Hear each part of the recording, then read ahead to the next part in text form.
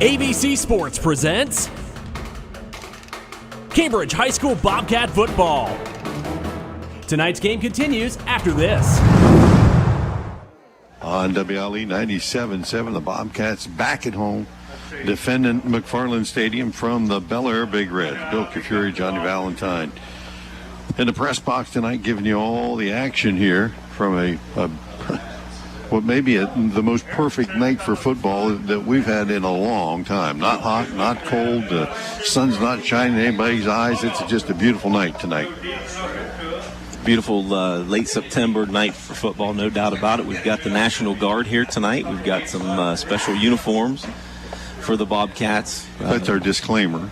Well, we're telling you right now, they're camouflage jerseys, so if we lose a couple of guys on the field. Not only camouflage jerseys, but black numbers as well. Yeah. Plus a few new numbers because the jerseys didn't match up with our regular roster So that's numbers. our disclaimer up front. We're going to make mistakes. We just know it's going to happen. So if you hear a few different names or you don't hear names, that's probably a good reason. So most broadcasts don't start with a disclaimer like that, but that's our story, and we're sticking with it. That's right. You're listening to our pregame, brought to you by AVC Communications, and you can check out our live stream tonight. Adam Green here checking out the field right now, and so you can connect and catch the free live stream at yourradioplace.com or on Facebook, on our Facebook page, YouTube page as well. So in all those cases, you can do that. Bellaire comes in 4-0, 7th ranked in the state. The Cats at 2-2 certainly have their work cut out for them again tonight, facing the state-ranked team as they did a week ago. But as we found out a year ago, as the Cats went on the road, it's a winnable game regardless of rankings. And the Cats lost a heartbreaker a year ago at Bellaire on a Saturday in 3 overtimes. That's still got to be in the craw of a lot of those players. I know it's still in mine, that's for sure. 3 overtimes is tough to deal with, but especially the way that the game went into overtime because we were missing some kicking. But it is what it is. That was last year. Time to move forward. As we had talked beforehand, I thought last year's Bellaire team was a little bit stronger than this year's with the senior class that they had. However, you had big seniors. However, the young guys for Bellaire, that freshman and sophomore class is very talented, won a lot of games at the lower levels, and they're 4-0, as you said, ranked 7 in the state, so they certainly didn't miss a beat. Graduated 22 seniors. They still have 8 returners coming back from that team a year ago that was a playoff team, and they have been for the last few years, and they had a lot of talent last year. But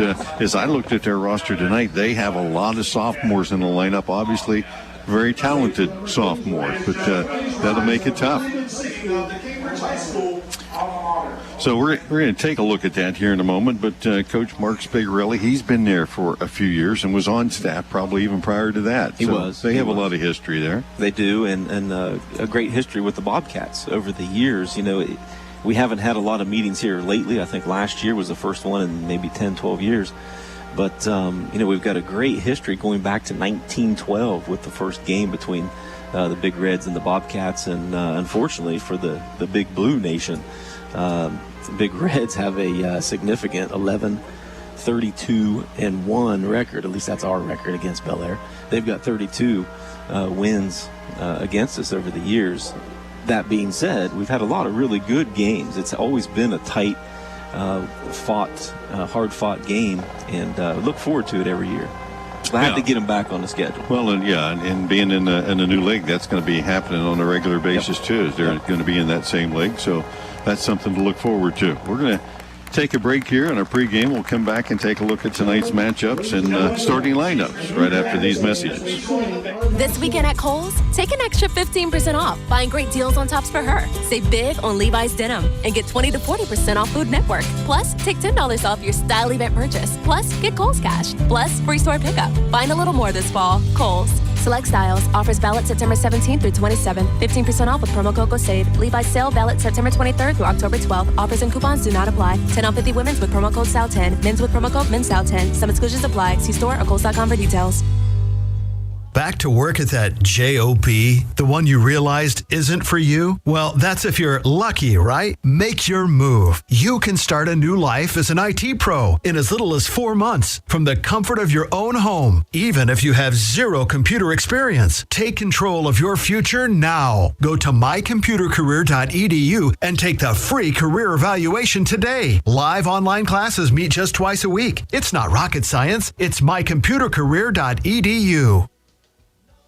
Hey y'all, this is your girl Cheryl Underwood, and I want to tell you something. My digestive system used to make me feel sluggish, but those days are over. Now I feel great. That's because I increased my fiber intake with the Metamucil 2-week challenge, and I'm still hooked. I just took Metamucil every day for 14 days, and it's really that easy. Metamucil traps and removes the waste that weighs you down, so you feel lighter and more energetic. Now I never want to go back to that heavy feeling. Are you ready for the Metamucil 2-week challenge? For a coupon and daily support, sign up at Metamucil.com today.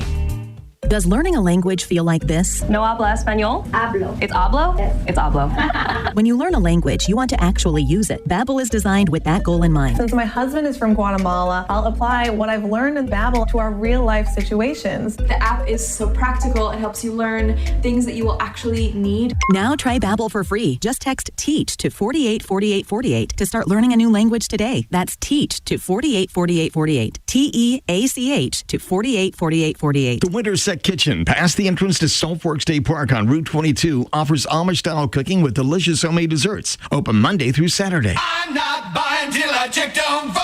Most of us are faced with uncertainty every day. Your job, your finances, sporting events, schooling for your children, and so much more. With so much uncertainty surrounding you, there's one auto dealership that you can be certain about, and that's Doan Ford. You can be certain that you'll always get a great deal and the best service afterwards. In business for nearly 60 years has given Doan Ford the reputation of being a strong, reliable dealership. Be certain. Choose Doan Ford. Online at DoanFord.com. This weekend at Kohl's, take an extra 50. Welcome back to McFarland Stadium. Bill Curie, John Valentine here tonight, our ABC Communications pregame show, taking a look at the Bellaire Big Reds, who are 4-0, the Cats at 2-2, and then even before we get into the starting lineups, Cats are going to take the ball first tonight, get the offense on the field, and the last week or so been pretty prolific, moving the ball last week, put a lot of points on the board. Of course, wasn't enough as they faced a very explosive Thunderbird team from Lima Central Catholic that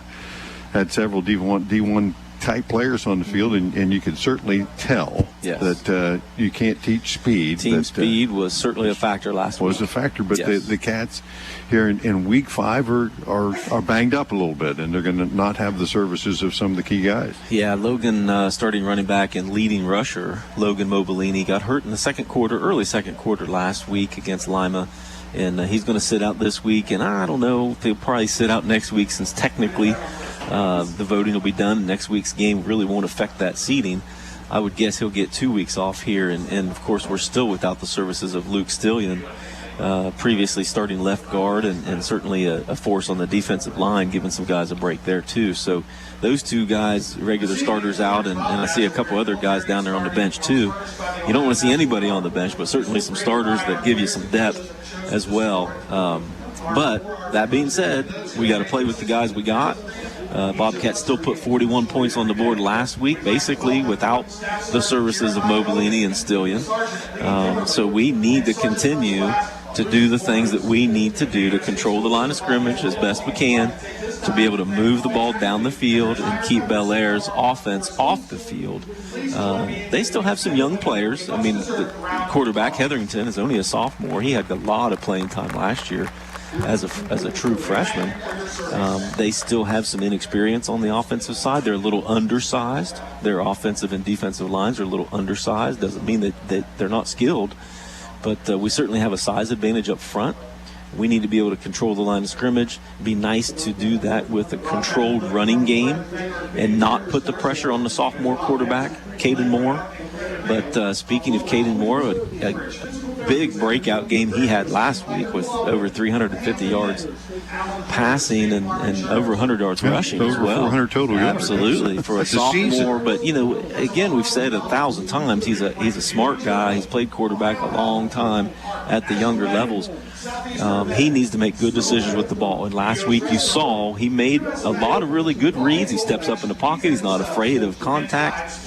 We just need to make sure that we control those turnovers tonight. I think it's going to be a pretty close game. I mean, two teams that I think are pretty evenly matched. Yeah, I'm looking at the Bellaire sideline over there, and they have a few guys in jerseys as well, and I kind of try to match them up there. Jacob Chimble, 215-pound junior lineman, is sitting there, as well as another senior lineman that Damian Zanikis. So they got a couple of guys that may not play tonight a little bit that they've been out a week, 2 weeks, but sitting over there. So that, depth is certainly important for any school at this point in the season. And the Cats tonight will make adjustments as they did a week ago and get the offense on the field. And up front, those five guys up front did a pretty good job a week ago. Brock Valentine, Angelo Rocco has made a transition from a center to starting guard now, along with Andy Ogle, who's in that starting position at center, Case Wilson at the right guard, Colin Conte at the right tackle. And those guys have gelled a little bit better the last few weeks, and last week provided pretty good protection for Mr. Moore. Well, and you can see the confidence in Kaden. If he feels confident with the guys up front, he's going to step forward strong in the pocket and deliver that strike, and he's done that throughout the season so far. So he feels pretty comfortable with that offensive line. Cats starting tight end senior Justin Bartlett leads the team in receptions, 13 for 232 yards, and actually his per reception average is maybe the best on the team as he gets it down the field a little bit, sometimes from the slot, sometimes from like a little flex tight end position, but he's got decent hands and pretty good speed once he catches it. Yeah, we got to get him the ball. We got to get Kenworthy the ball. We got to get Whaley the ball. Those are three guys that need to have the ball in their hands. They can make guys miss in the open field, not necessarily as Justin as much, but Justin will just run the guy over. So, but he is our leading receiver, not only from a yard standpoint, but from a reception standpoint, right there with Whaley. But yeah, that yards per catch is pretty impressive, over 17 yards per reception for Justin, and Kaden Kenworthy kind of right behind him at 16, over 16. So we're getting some long pass plays, but most of that is yards after the catch. Yeah, and of course, the other starting receivers for the Cats, Xander Caldwell, he's just shy of 100 yards on the season on 9 catches. A bunch of those coming last week as the Cats went 5 wide and spread it out a little bit. Owen Feldner on the other side, just 3 for 38, but he's been a consistent fixture out on the field as well. And you mentioned Kaden Kenworthy. This week going to kind of shift maybe more into the backfield. He did last week late in the game and rushed the ball pretty well. For the season, 16 carries for 101 yards. He scored 3 times on the ground, scored 3 times through the air. When you look at those kinds of things, as you said, he's the guy. He is one of the guys that you got to find ways to get him the ball more. Yeah, he's going to have to get the ball certainly more rushing now that Mobo's out. Third leading rusher as far as attempts on the team and really in yardage as well. So Caden's a smart guy. He can make moves. He can make guys miss. He's a tough guy, so he needs the ball in his hands more. But we also got to be creative to be able to get him the ball out of the backfield as well. And of course, the other backs that you're going to hear from, Kaden Whaley, the senior there, has only carried it 9 times, but he can mix it up a little bit. He can throw it and punt it as well, and he's got some receptions, 13 catches for 110 yards coming in tonight. And Blake Brumfield is kind of the Swiss Army knife. You can play him in a lot of different places. It's like he is in baseball. I think he's probably played every position in baseball and in football. He can widen it up. He can play tight end. You can shift him into the backfield, and he plays a lot of different places for the Cats. And you have to have somebody that has that versatility. Well, you got to have a couple guys that have that versatility, and we do. And Whaley and Brumfield and Kenworthy, especially when you have some injuries, right? And we're seeing that tonight with Mobo out. You're going to see how many different positions do they know, right? They have to, and they're seniors, except for Kenworthy's a junior, but they've been around long enough. They understand football to be able to play multiple positions. And Kaden Whaley knew that coming into the season. He was in line to be the starting quarterback. We knew he was going to be a receiver too, so he's got to wear multiple hats every game. Now it's Brumfield's turn. Well, the Cats are going to be going up against a 4-man defensive front for most of the night. Nick Materkoski, Daniel Zwack, Timmy O'Grady, and Luke Farmer. And again, this is a team that doesn't have a lot of seniors on the team. It's mostly juniors and sophomores, and even a couple of freshmen sprinkled in here or there. And you're going to hear those guys up front. Vince Patrone, Colt Sechrist, that's a name you put a star beside because he's a two-way big-time player, 6'4", and 210-pound junior. I remember last year that he was an impact player even as a sophomore a year ago. And a couple of other guys on the outside corners, Jacob Dowling, Ray Pettigrew, Jaron Cash in the deep backs, Brandon Mamie, and Ethan Shaver. You even made a note here before things. Shaver, a pretty good DB. There's dangerous if he can pick it off. Yeah, had a really nice interception last week against Toronto in their win. But yeah, they've got some team speed. Certainly with Ray out there at the corner spot. I know most of the Bellaire faithful are pretty excited about his team speed. Certainly not just on offense, but on the defensive side too. But yeah, they have a pretty stout defense. They've held their opponents under 10 points a couple times. They've been pretty impressive so far in the year. Bobcats tonight celebrating our military, and they've got the camo jerseys on and black pants along with that. Of course, the camo jerseys have black numerals, so we'll struggle a little bit with that. But the blue helmets, and they have the correct numbers on the helmet. If we can get them to turn the right direction, we'll see them. I'm sure. Just knock on the window. They'll turn around for Give us that profile. So the Cats will receive the ball tonight. All the kickoffs tonight sponsored by Valentine Insurance on Southgate Parkway in Cambridge. And just don't bother him during the game and ask for a quote or anything like that. My phone's on vibrate for the next 3 hours. See, we got, I'm trying to check out the kicker here. Looks like might be Patron. It's a big fella. 62. Yeah. And that's Lucas Lytle. I believe he's been kicking off for them all season. Lucas Lytle got it teed up on the left hash. Bobcats getting everybody squared away out there. Roman Jeffrey back deep for the Cats, as is Owen Felder. Maybe kind of expecting the squib kick here. We got a couple of up backs here too. As they approach, it'll be a low end-over-end kick that Jeffrey takes on the 15. Brings it up the middle of the field, breaks it to the outside. At the 30-yard line, first contact there. Gets away from a couple of defenders, still on his feet. Gives up ground to try to get space, and that's not going to be a good decision as the Cats will end up on the 28-yard line with their opening possession tonight. A lot of dancing there for gaining about 12 yards, but he caught the ball at the 15. He made a good move to get to the outside to get where he was, but dancing around like that too much, no, you don't want to be susceptible to getting that ball knocked out. Opening possession for the Bobcats. They spread the field 4 wide here, handoff, and a flag comes in. We've got movement along the front there. Probably going against the Bobcats. And after a pretty good week last week, very few penalties for the Cats. They'll start tonight out by going backwards 5 more. Yeah, certainly not the way you want to start, especially it looked like we had a pretty nice hold there. Kaden Whaley in the backfield. They'll run the same play straight ahead to Whaley, and there's not a lot of movement up front that time as Whaley hit at the line of scrimmage. Probably was able to eke out a yard, but that'll be about it. That'll be second and about 14 for the Cats in their initial possession. They'll spread it 5 wide, and they had great success a week ago with this 5 wide set. They got 2 receivers on the bottom here that weren't even covered, and they'll run the quarterback draw straight ahead as Moore off the right side. Got a yard, maybe 2. But that would have been one if they could have taken their time. When they went 5 wide, Bellaire didn't adjust, and they had 1 guy guarding 2 here. Yeah, got to be able to recognize that. Kaden will do that as he gets a little bit older, but, to be able to change the play at the line. I don't know if Coach Leak gives him that flexibility yet. Now, Cats option here on 3rd down. Kick out. Now it's the option pass down the middle of the field. Got a man, and that's going to be picked off as Whaley on the interception. They pitched it out to him. He tried to go deep down the middle to Kenworthy and check the number of that DB. Was that? I think it was Ray 22. Ray Pettigrew went up high. He did to get that ball. So the Big Reds will take over. No score. Just about a minute and a half in here.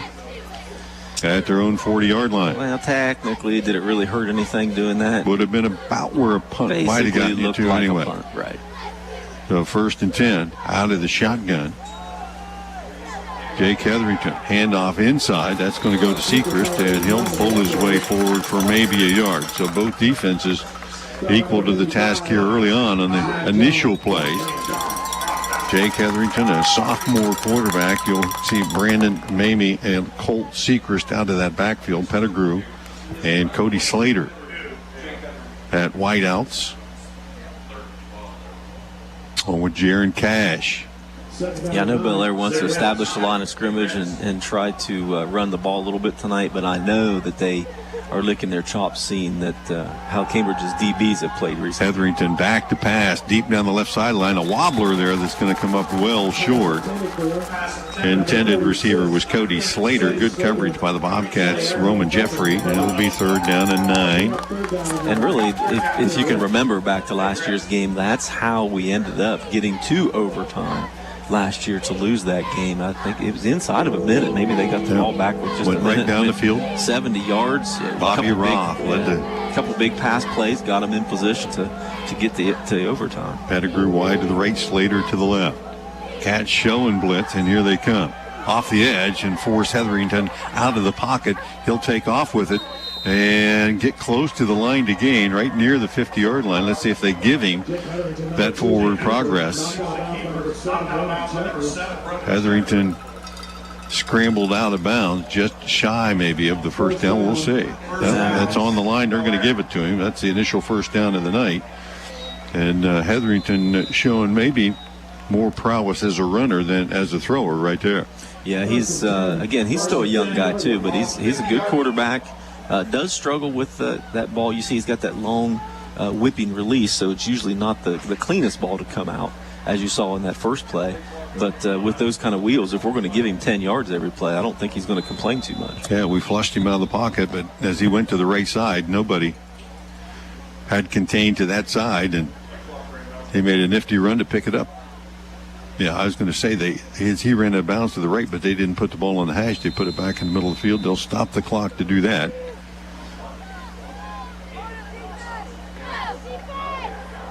First and 10. Early first period and no score. Twin receivers wide to the left. Hetherington again shotgun with running backs on either side of him. He'll take the snap, flip it out in the left flat. That is completed. Cats there quickly though, as Mamie Southeastern Med understands that you on the catch didn't get back to the line of scrimmage. No, lost about 4 yards there. Owen Feldner came up, made the stop. Great read there by Owen to be able to sniff that out. Yeah, that's one of those plays that they'll run early, try to get you to come up and bite on that and then throw it in behind you. Right. See if the Cats will be disciplined enough there to hang on to that. I formation, this time Hetherington under center. 2nd and long. He'll take a 2-step drop, throw the spot pass down the right sideline, have Pettigrew, but over his head and out of bounds. And Jeffrey in coverage for the Bobcats. That ball just thrown to the outside, and Hetherington not putting enough air under it right now to let his guys run to it. Yeah, he put it where only Ray could have caught it. Just put it that way. Put it on his outside shoulder where Jeffrey had no chance on it.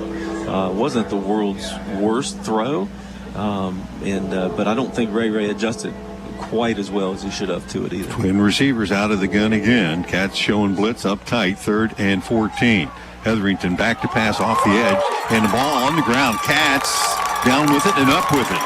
Double nickel hopping on it there. Jimmy John Valentine. And the Cats with a big play right near midfield. Actually, this is going to be in Bellaire territory at the 48-yard line. They got to win the turnover battle. No reason why we can't do that in the first quarter, getting that first fumble. I don't know if somebody knocked that out of his hands. It looked like somebody might have got a piece of him as he started scrambling. Just and now enough. The Cats got the offense on the field.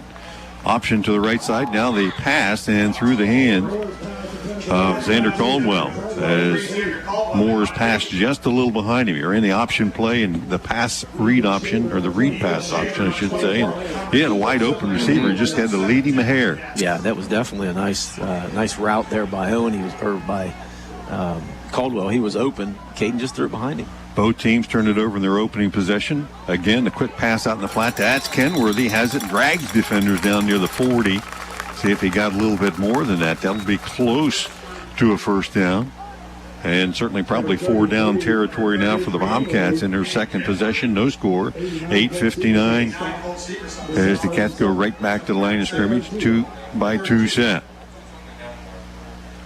And straight ahead, Moore off the high snap. Got caught on the edge coming in from the corner. Luke Farmer untouched off the edge that time, and he got to Moore before he got to the line of scrimmage.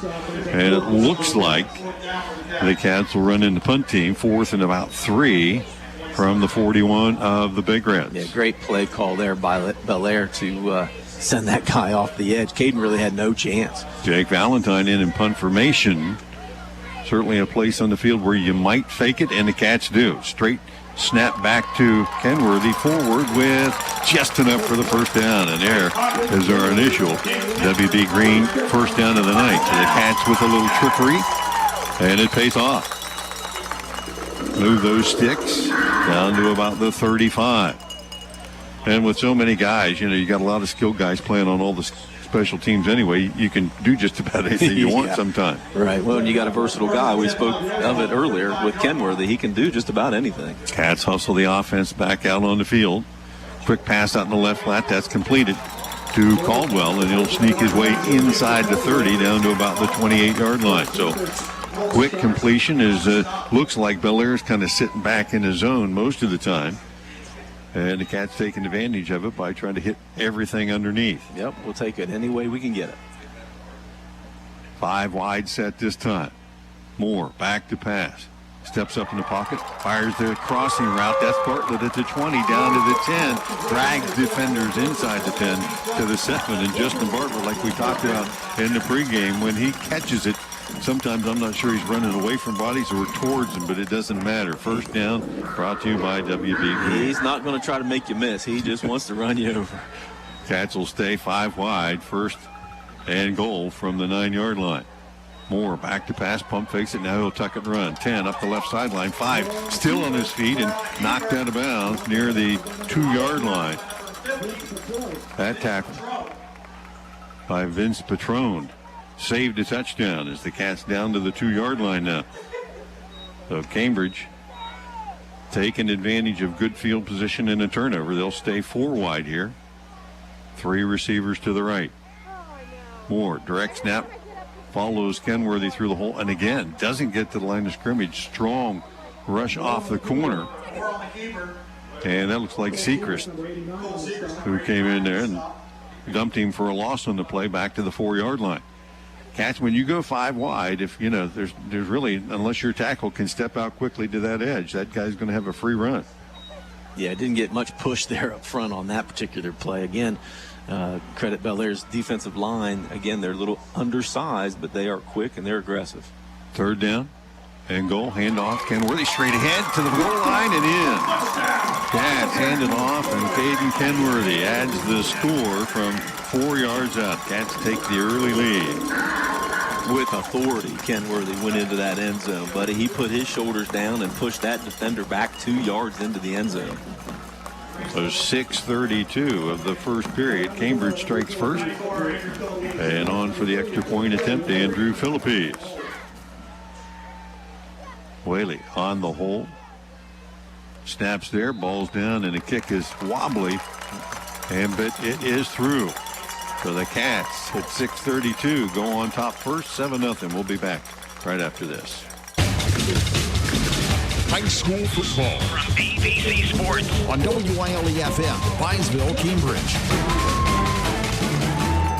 Southeastern Med understands that you've been putting off a lot during the stay-at-home order, including wellness checkups with your doctor. Superior Med Family Practice Cambridge, Office of Doctors Now, Collingwood and Lilco, and Caldwell Office of Becky Hall NP are open and offering telehealth visits if you prefer.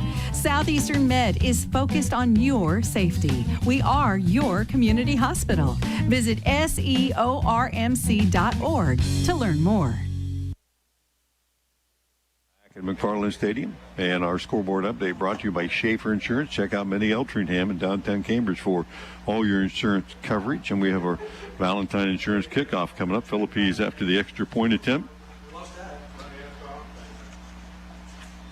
Ready to kick it away. He's been squibbing a lot of these, and this one will go deep. And through the hands of the deep back. That went through Joey Lewis's hands. He'll scramble back to the 12-yard line, pick it up, and fight his way back to the 20. That was one of those knuckleballs. And Lewis that time had put his hands up over his head and went right through him. It did. And that'll give the Big Reds a tough starting position here on their own 20-yard line. Well, he was really lucky that after it went through his hands, it didn't go too far behind him. He was able to pick it up and scramble for about 5 yards. Well, the Big Reds turned it over in their first possession, as did the Cats, but Cambridge able to take advantage of Bellaire's turnover. And starting at their own 20, Hetherington will go under center. He's got Cash in a tailback spot. He'll take the handoff, pop it to the outside, and got room. And up the right sideline for a first down. That's actually 44, Braden Roth. And Roth, the younger brother of last year's quarterback, Bobby Roth. And he picked up yardage out to the 35. And, again, nobody on the edge that time for the Bobcats. Yeah, we got sucked inside some reason. We actually had him in the backfield slowed down enough that our defensive end, if he would have stepped across the line, we had him for a loss. You got Sechrist in at that fullback spot. He's just another lineman. And he'll lead off the left side this time for Roth. And he'll be stacked up at the line of scrimmage, short gain out to about the 37. Middle of the defense for the Bobcats, led by Hayden Burris-Jones with the stop on that first down carry. And now substitutions come in. Ray Pettigrew and a couple of wideouts on a 2nd and 8 play. Hetherington will stay under center as Pettigrew splits to the left. We can't fall asleep in the backfield. We have to understand that they're going to have some play action and try to beat us deep. And here's the two-step drop on the slant, in and out of the hands of Pettigrew. That ball was a bullet. And Feldner in coverage for the Bobcats, and that is incomplete as Pettigrew had a step. If he catches it, there's nobody in center field. There's no safety. That's what I'm saying. We're trying to come up and stop the run. I get it, but I'm telling you, Bellaire's going to throw the ball tonight. They understand that they feel they can beat our DBs, and especially if you're going to be in one-on-one coverage with no safety help. Yeah, you can't give up that inside release. And you can't give up that big play, which is how they beat us last year. 3rd and long. Out of the gun this time. Wideouts each side. Back to pass. Hetherington looks down the right sideline, fires it deep and too deep, intended for his receiver, Ethan Shaver. And that falls incomplete and brings up a 4th down. So the Cat defense bends but doesn't break. They'll give up 1 first down, but now force the punt. Jeffrey back deep along with Whaley.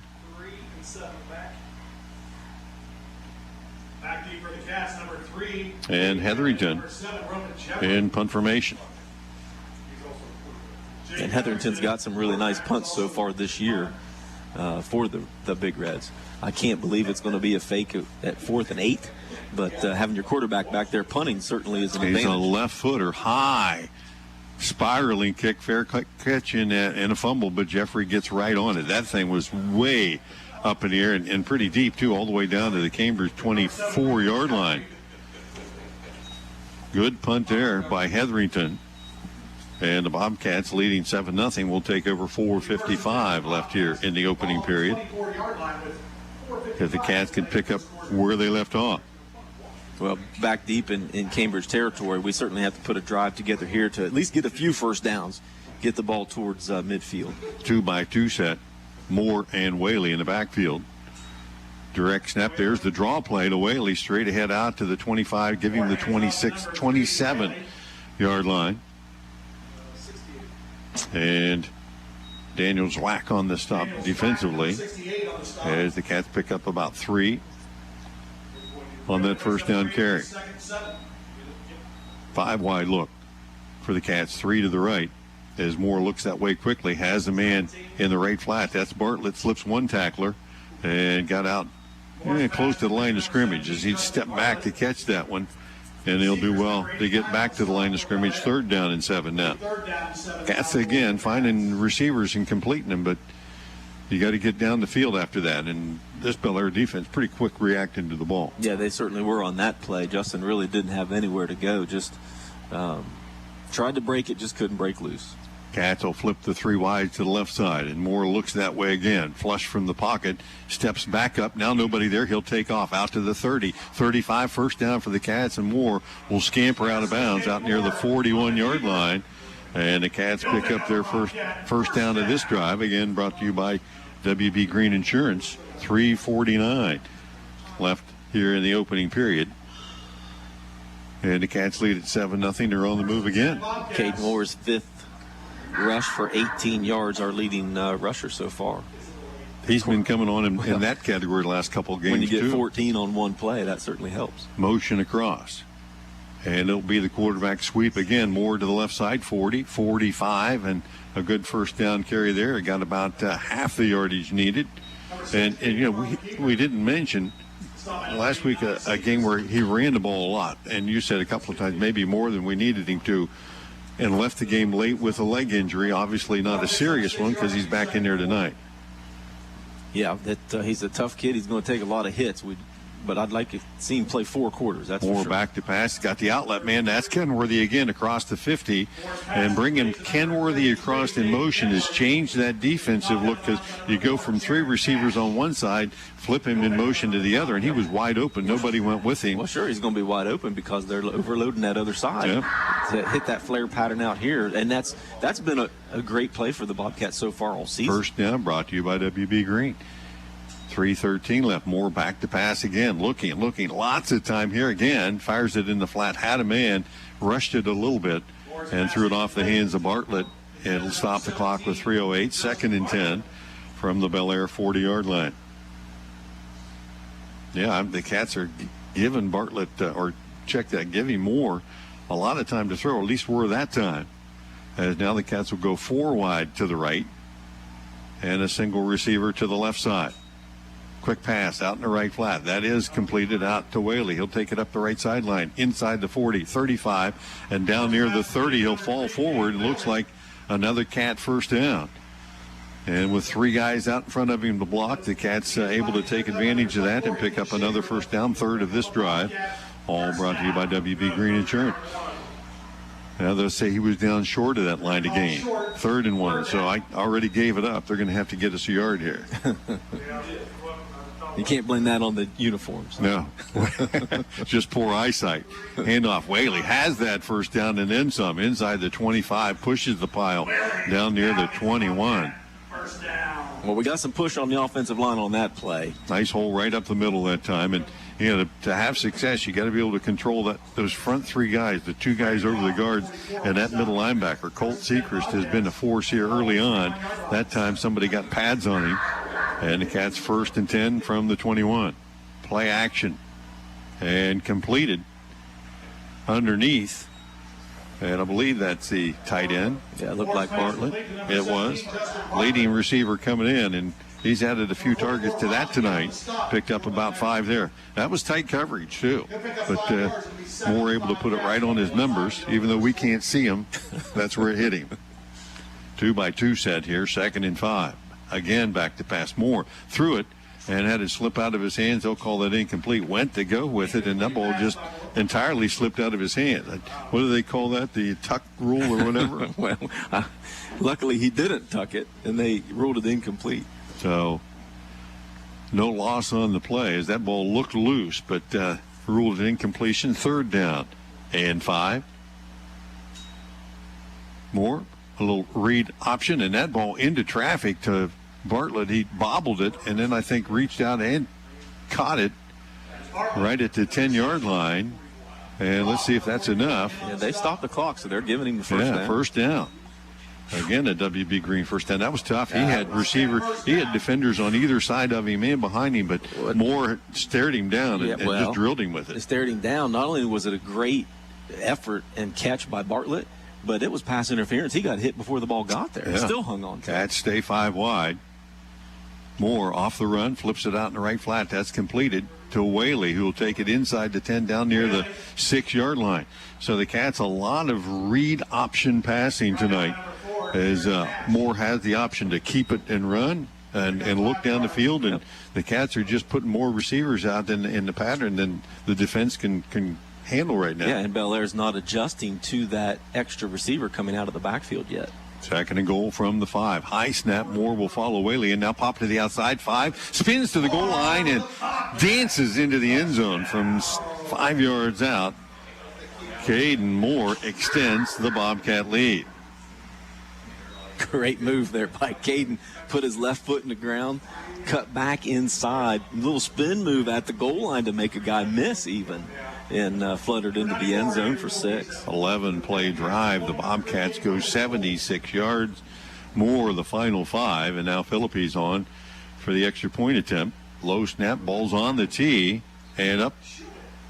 And good. I think he also kicked his shoe right off. I think the shoe might have went through with the ball. So the Cats, with 50 seconds left here in the opening period, lead it 14-0. We'll be back right after this. Take a drive out U.S. Route 22 to the Winterset Kitchen for Amish-style cooking with daily specials and homemade desserts. Minutes past the Salt Fork entrance. That's the Winterset Kitchen. Here at MVHC, we offer adult, dental, pediatric, women's, pharmacy, and transportation services, as well as behavioral health. We accept all patients. Make your appointment today if you're not feeling well.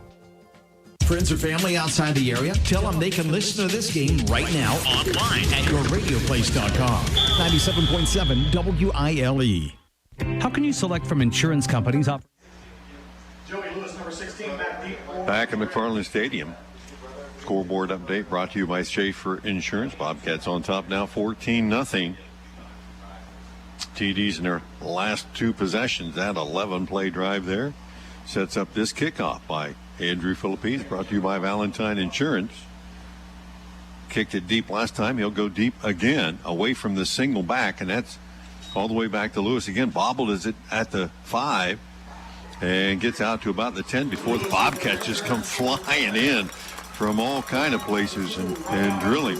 Joey Lewis having a tough time. And you know, right now, Philippines just kicking it away from him and making him chase it down. Sure. When you only have one guy back deep who's in the middle of the field, why in the world would you not kick it to the corner and make him run for it, which is exactly what Philippines did. Great read there by Philippines. I'm sure Bellaire's going to make an adjustment to that if we keep scoring and kicking off. Out to the 13-yard line as the Cats lead it with 43 seconds left here in the first period. Bellaire deep in their own territory. Now this is a possession that Cambridge cannot give up that big play. Play action. Hetherington looked down the field and then had to scramble as he had Bobcat jerseys all around him. The double nickel got a piece of it. Trey Stotsberry in there as well. As his receiver got knocked down here on the near side. He didn't have anybody to go to. Well, I don't know if he slipped or if there was a little contact there, but he certainly couldn't get it to his receiver, so he tried to tuck and run, and the Bobcats were all over him. Big Reds head to the line, 12 seconds on the play clock. May get one more play in here at the end of this first period. Hetherington under center. Hands off to the deep back. And that's going to be Mamie. And he'll test the middle of the defense back to the original line of scrimmage, and that'll be the final play of this opening period. Heading to quarter number 2, Bobcat on top 14-0. Stay tuned. We'll be back. More football on WILE coming up right after this.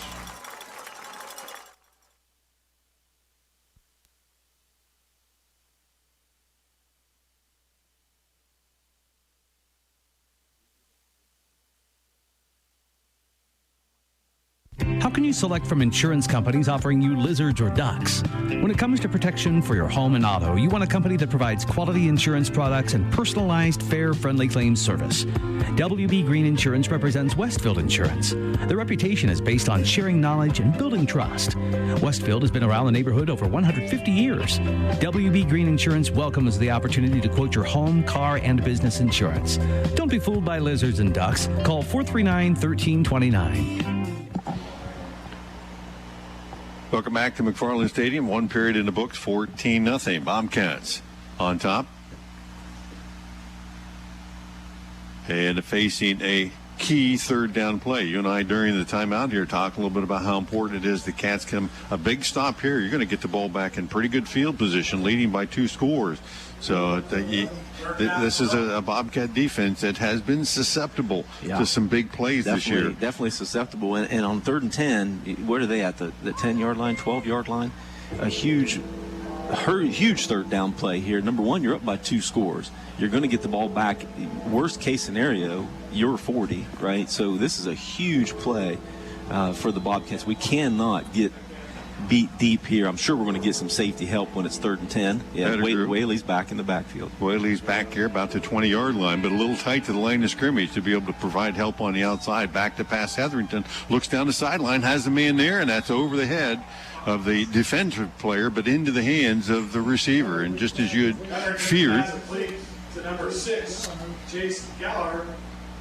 That was completed to Geller on the outside, and the Cats, and that was just a well-thrown ball. He threw it to the outside just far enough for a first down, and it will move the sticks out near the 27-yard line. Pretty athletic play, but again, it was the receiver had gotten a step on the defender that time, and the ball was thrown right where it needed to be. Well, again, in that situation, why play press coverage? Just play off of him 5, 6, 8 yards. Give him a cushion, make him catch it underneath you, yeah. Right. 1st and 10, handoff, deep back. That's Mamie, pops it through into the secondary and breaks a tackle, and he's gone. 40, 30, nobody with an angle, and he'll score. 73-yard, 63-yard score. And Brandon Mamie, and that's the result of not having anybody back. You said just a moment ago, you got to have at least somebody back in that center field position. And a 63-yard run by Mamie broke a couple of tackles and no second line of defenders there. Well, and it all comes down to the 3rd and 10 play, right? Yep. I mean, if you play off of him, give him a cushion, you're not going to get beat deep. What if he catches it for 10 yards? Great, give him the first down, but at least you fight for another day to get the ball back. Vital on for the extra point attempt, low line drive. If somebody got a hand up, it might have taken off the hand, but they'd have gotten it. But that goes through, and 13 left here of the first half. And Big Red puts points on the board for the first time. It is 14-7 Cambridge. We'll be back right after this. True fans know that success in high school sports is all about tradition, dedication, and loyalty. Those same qualities are important to Hal Craig Insurance Agency. They care about what's important to you, and that's why they believe in helping you select the right insurance for your needs. Give them a call at Hal Craig Insurance Agency. They'd love to help you protect your auto, home, farm, or business. 740-638-5058. That's 740-638-5058. For real hometown service, Hal Craig Insurance. Back at McFarland Stadium, scoreboard update brought to you by Schaefer Insurance. 14-7.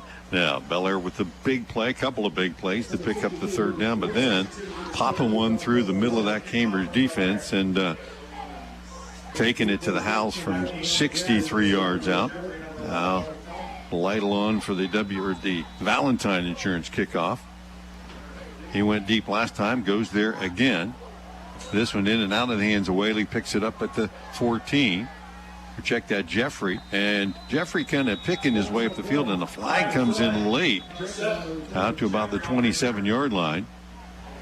Roman Jeffrey just looks like he's looking for someplace to run rather than just running. And when you're on special teams, you got to get it and go, huh?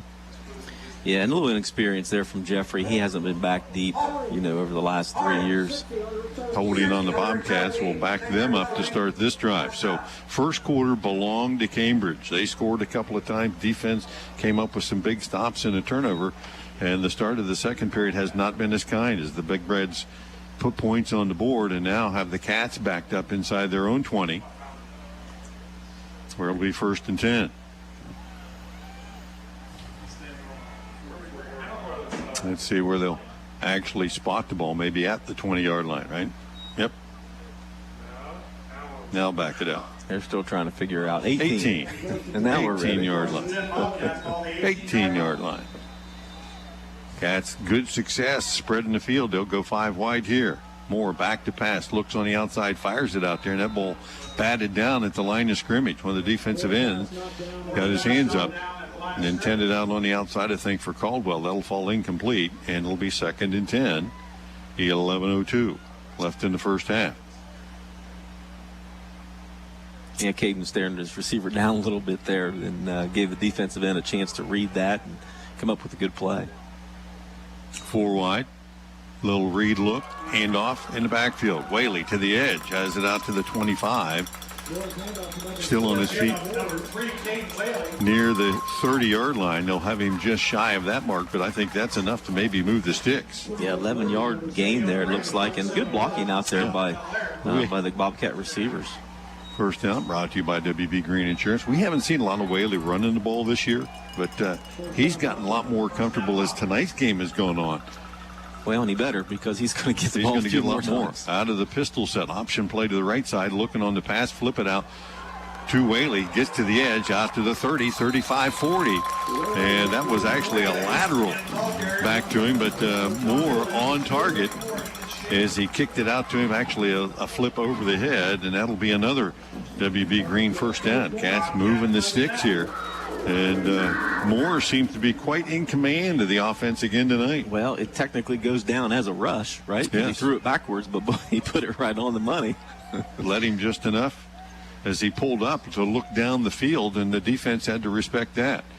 And again, quick pass out in the flat. This one's to Kenworthy, and he'll pick his way up the sideline for positive yards inside the 50-yard line and down to the 48, a gain of 9 on that first down play. And Moore, it's just pitch and catch right now with no press coverage on the outside. The Cats are throwing it short and then getting run after the catch. 10:21, clock stopped here with the Cats on top, 14-7. Now they'll wind it back into action. 4 wide look. Again, Moore pump fakes, looks. Nobody there, and he'll tuck it and run. Has the first down and inside the 45 before he's finally brought down. That time, Timmy O'Grady on the stop, and another WB Green first down. Cats already have 9 first downs in the ball game tonight. Great read by Kaden. The middle of the field's wide open. I wish he would have just kept running to his right here towards us. Yeah, he had a lot of space there. Yards, but he knew where the first down marker was. 4 wide look out of the pistol. Straight ahead give, and Whaley that time banged down. Not much there. Yeah, just a good play by Seacrest there to come off the edge and blitz to get Whaley in the backfield. Slow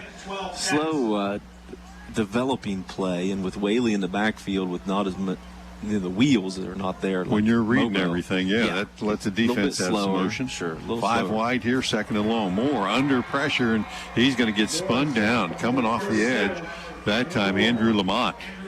And Lamont will throw him down all the way back at the Bobcat 45-yard line. As Moore kind of pump faked it once, and he didn't have enough time to do it a second time. So big loss on the play of about 15. Called a 10-yard loss, and the Cats face 3rd and 20.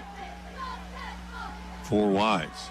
Moore back to pass again. He'll fire it deep down the right sideline. Has a man there, and that's a big time catch. Bartlett. That ball thrown over his outside. He's looking over the inside, and he laid out to pull that thing in down near the 22. Impressive. Bartlett with not only just the catch, but the body movement to be able to adjust to that. The control of that. Wow. That's the best catch I've seen on a Friday, Saturday, or Sunday in a long time. Jeez, that was nice. Cats will stay 5 wide, 1st and 10. Again, a first down brought to you by WB Green. Moore again to throw. He'll have it on the outside. That's completed. Short pass on the right sideline, and that's Caldwell for the Wildcats. You know, the Cats, these are just long handoffs, basically. The last drive was 11 plays. This one's a 9-play drive that Cambridge started on their own 18-yard line now on the 21 of the Big Reds. Well, I was wondering what play call they were going to have with 3rd and about 30. It was just lob it down the field, and the Bellaire defense gave it up. Moore on the keeper, not much there. Stuffed up in the backfield. He faked it to Whaley, and then Whaley got stuffed up in the backfield, and that's where Moore got tackled as well. So that'll be a loss on the play. Yeah, I'm trying to figure out what the design of that play is because it's so slow to develop that they're getting so much pressure. Well, you're not able to hold that block that long. Yeah. I mean, it's when you're reading it, you're going to hold the block at the line of scrimmage for a long time. Motion comes across, all the way across, and Moore flips it out there, intended. It looked like maybe for Bartlett or possibly Kenworthy, and under pressure right now, the Big Reds have changed their philosophy of rushing 4. They're rushing 5 or 6 and saying, we're not going to give you all day to throw the ball now. No, and they can't afford to because he's been picking them apart. But, if they're going to rush that many, there's got to be something open in the middle of the field. 4th down and 11. The Cats will go for it here at the 23 of the Big Reds, leading 14-7, 7:46 left, opening half. And he's going to run it down and call a timeout. They may here. do that here. You got to go to the 4th down part of the playbook here to figure this one out. Well, and that's exactly what the Cats will do. Good timeout here to be able to think about it. 7 seconds left on the play clock. Oh, they're going to go. They hustle up to the line real quickly. 3, 2, 1. Now they'll get that timeout. We'll take it with them. Cambridge on top, 14-7, trying to get more. We'll be back right after this. Are you paying too much for homeowners insurance? Has your insurance company raised your deductible? Hi, this is John Valentine with Valentine Insurance. Many people can't accurately answer these questions. With many premiums escrowed into mortgages, homeowners don't pay attention to changes to their policies anymore. It's time you visit Valentine Insurance for a true, no-obligation review of your insurance policy. Call 994-1776 or stop by our office at 739 Southgate Parkway in Cambridge. What is a cooperative? A cooperative like Guernsey. Back at McFarland Stadium, 7:46 left here in the second period. Cats lead at 14-7. An impressive drive again, but now at 4th down, they have 4th and 10. And have called timeout to figure something out here. Cats have come up with a couple of big plays to keep this drive alive. Can they do it one more time? Yeah, I think they can. Now they're overloading the left side, which is, that's the open side of the field here because they're on the right hash. I would give Kaden a run-pass option here, but certainly get him over to that left side of the field. Man-to-man coverage on the outside. Moore looks to his left, steps up, fires it once. Nope, he'll tuck it and run out to the 20. Sidesteps the tackler and then upended inside the 20 as the defense just let him take off with it that time. 12 plays and downs for the Bobcats as they cannot extend the drive, and we'll turn it over leading by a touchdown. The Big Reds will take over at their own 19-yard line. 7:28 left here in the first half. Look down the field, good coverage down the field that time. And you don't want to force the ball, right? If it's an incompletion, it's no big deal. You can't fault the guy for making could that throw decision. it into the end zone, take your chances, right? Yeah. That's the only other option you have. That's why we're sitting up here. Yeah. 1st and 10. Bobcats loosening up coverage on the outside. Handoff in the backfield this time. And it's going to be Roth off the right side. Roth will get it out near the 23. Pickup of about 4. Gets the clock moving here. Cats have moved the ball tonight. Turned it over their initial possession tonight, but they've had a 9-play, an 11-play, and a 12-play drive here in this first half. Put a couple of scores on the board. Big Reds here with their 4th possession tonight have scored 1 time. Under center, Hetherington, play action, rolling to his left, looking deep down the field, throws it out in the flat, and under heavy pressure that time from Bartlett.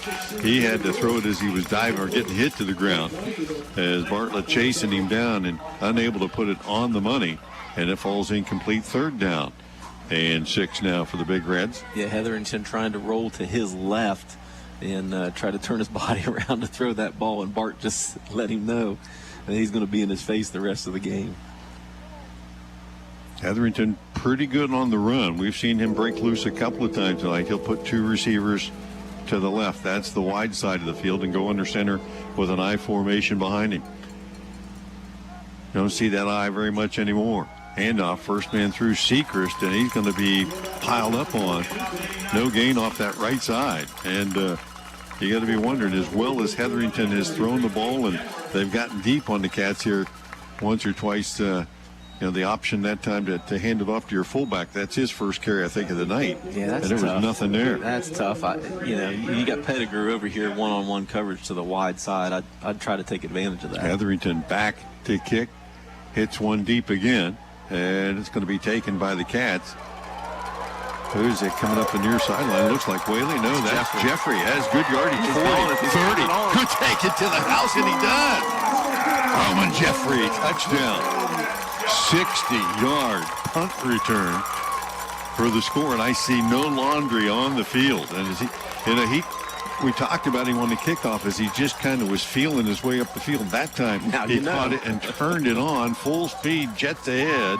And Roman Jeffrey extends the Bobcat lead. Yeah, not real great coverage there by Bellaire. They kind of loaded the middle instead of keeping their lanes on the outside. And man, once he broke it, he actually had Whaley out in front of him too as a lead blocker. So great job by Roman to find the end zone. 5:58 left. Cats don't need the offense on the field. Extra point attempt is a high end-over-end kick that is up and good by Philippines. The Bobcats, just like that, extend the lead 21-7. 5:58 left first half. We'll be back right after this. What is a cooperative? A cooperative like Guernsey Muskingum Electric is your local rural electric provider. The owners are not investors on Wall Street. They are actual members using the electricity. Decisions are made by local directors who know, listen, and care about their neighbors. A cooperative is not driven by profit or stock prices. Instead, they are driven by providing safe, reliable electricity at a reasonable price. That's the cooperative difference. Guernsey Muskingum Electric, your touchstone energy cooperative. Back in McFarland Stadium, scoreboard update puts the Cats on top now, 21-7. Schaefer Insurance scoreboard update tonight, brought to you by Mindy Eltringham in downtown Cambridge. And now Philippines on for another Valentine Insurance kickoff. And you'll notice that Bellaire's now put two guys back deep, as we said. We and figured neither one of them are Joey Lewis. A couple of guys back there, and I see Pettigrew. Pettigrew's one. I think Gallagher was the other one. And this one going to be hit in the direction of Gallagher. Hits it to 20, bounces a couple times. Gallagher has to come up after it, picks it up on the 18, and is swarmed under.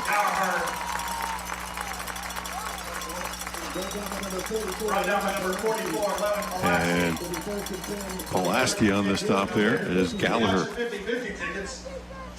He picked it up, but he had nowhere to go by the time he picked it up. And so once again, Big Red will be backed up deep in their own territory. Actually lost a yard after picking it up. Great pursuit there by the Bobcats. 5:58 left here in the first half. Cats on top by 14 now. And they'll start from their own 17-yard line. And out of the gun, Hetherington. Two backs either side of him. He'll drop back to pass off the edge there, and Stottsbury came off the edge, I think, that time for the Bobcats and put heavy pressure on. Trey Stottsbury coming on that weak side blitz, and the pass goes incomplete over everybody's head. He had to feel that coming because he got rid of it in a hurry. Well, I felt it coming. I started cringing. He got hammered. Hetherington hung in there, but could not put it on the money. It will be 2nd and 10. Hetherington a little slow to get up. Yeah, that's one of those blindsiders that you feel it for a couple of days. Yeah. Knock your fillings loose. 2nd down, 10. Two receivers wide to the right. Hetherington in the gun. Again, two backs with him. Cats showing blitz. Flips it out in the right flat, and that ball swatted away. Flying in the air, coming off the edge. It's at Bartlett.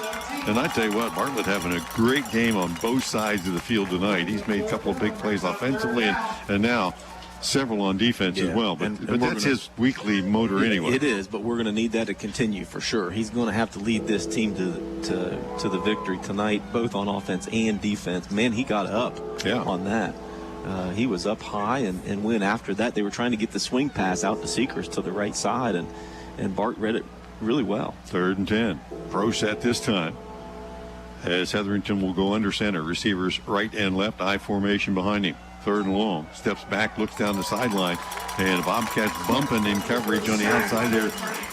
Didn't get him down the field, and Kaden Kenworthy steps in there on the blitz for the sack.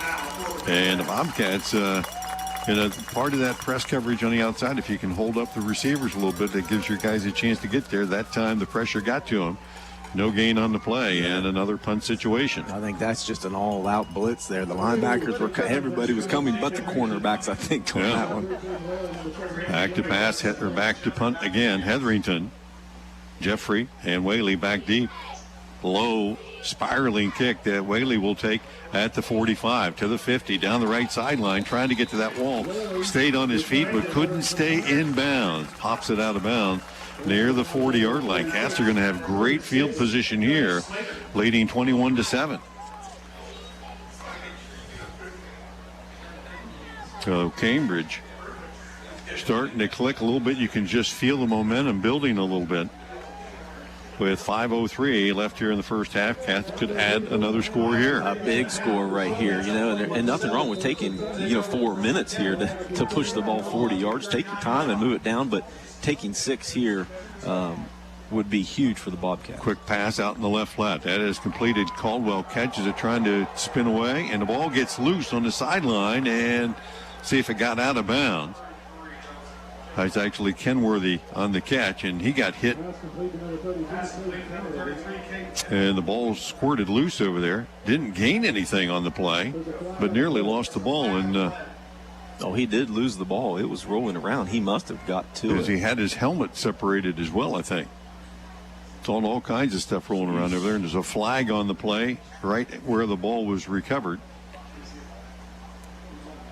I don't know what offense is staying on the field, so I don't know what the flag would have been. His helmet. Well, Coach Leake's not very happy. They're going to pick it up and wave it off. Yeah. Well, Coach Leake's not happy about something, but at least they waved the flag off. Brumfield checks in there on the offense. I'm guessing he was probably upset because he felt that they grabbed his helmet and ripped it off, I would guess. That could be the case as well. 2nd down and 11. A loss of a yard on that reception. And by the time the Cats chase the ball down, they'll go 2 by 2 here. Moore in the backfield takes a snap. Now the draw play straight ahead. Whaley pops it through 40, 35, breaks it to the outside and inside the 30, close to the first down. Kaden Whaley has looked good running the ball tonight. He's signaling first down. Another WB Green first down for the Bobcats. Keeps this drive alive. 4:27 left in the half, leading 21-7. Cats trying to add one more score here in the first half. 4 down territory from this point in. Ball at the 29-yard line. 2 wides to the left, actually 3, and the Cats will take a timeout. Don't think they have the right personnel or formation. They'll burn a timeout. We'll take it as well. 4:09 left in the half. Cats on top by 2 scores. We'll be back in 30 seconds. What is a cooperative? A cooperative like Guernsey Muskingum Electric is your local rural electric provider. The owners are not investors on Wall Street. They are actual members using the electricity. Decisions are made by local directors who know, listen, and care about their neighbors. A cooperative is not driven by profit or stock prices. Instead, they are driven by providing safe, reliable electricity at a reasonable price. That's the cooperative difference. Guernsey Muskingum Electric, your Touchstone Energy cooperative. Back at McFarland Stadium, Cats burning a timeout here, but maybe an important one here. Yeah. It is 1st and 10. Yeah, a real important one. Yeah, you get the ball at the 30-yard line, getting ready to score inside of 4 minutes, or right at the 4-minute mark going into the half. Yeah, real good time to take that timeout to make sure you have the right personnel and the right play call. 1st and 10, 2 wide to the left. Direct snap back to Kenworthy. He'll take the snap, run on the left side, and the flag comes in. Probably a hold downfield on the Bobcats, and Cambridge showed some success with that direct Wildcat snap a week ago, and Kenworthy in the backfield. That time, the penalty is going to cost them. Second time tonight, Cats have had a penalty here on the offensive side.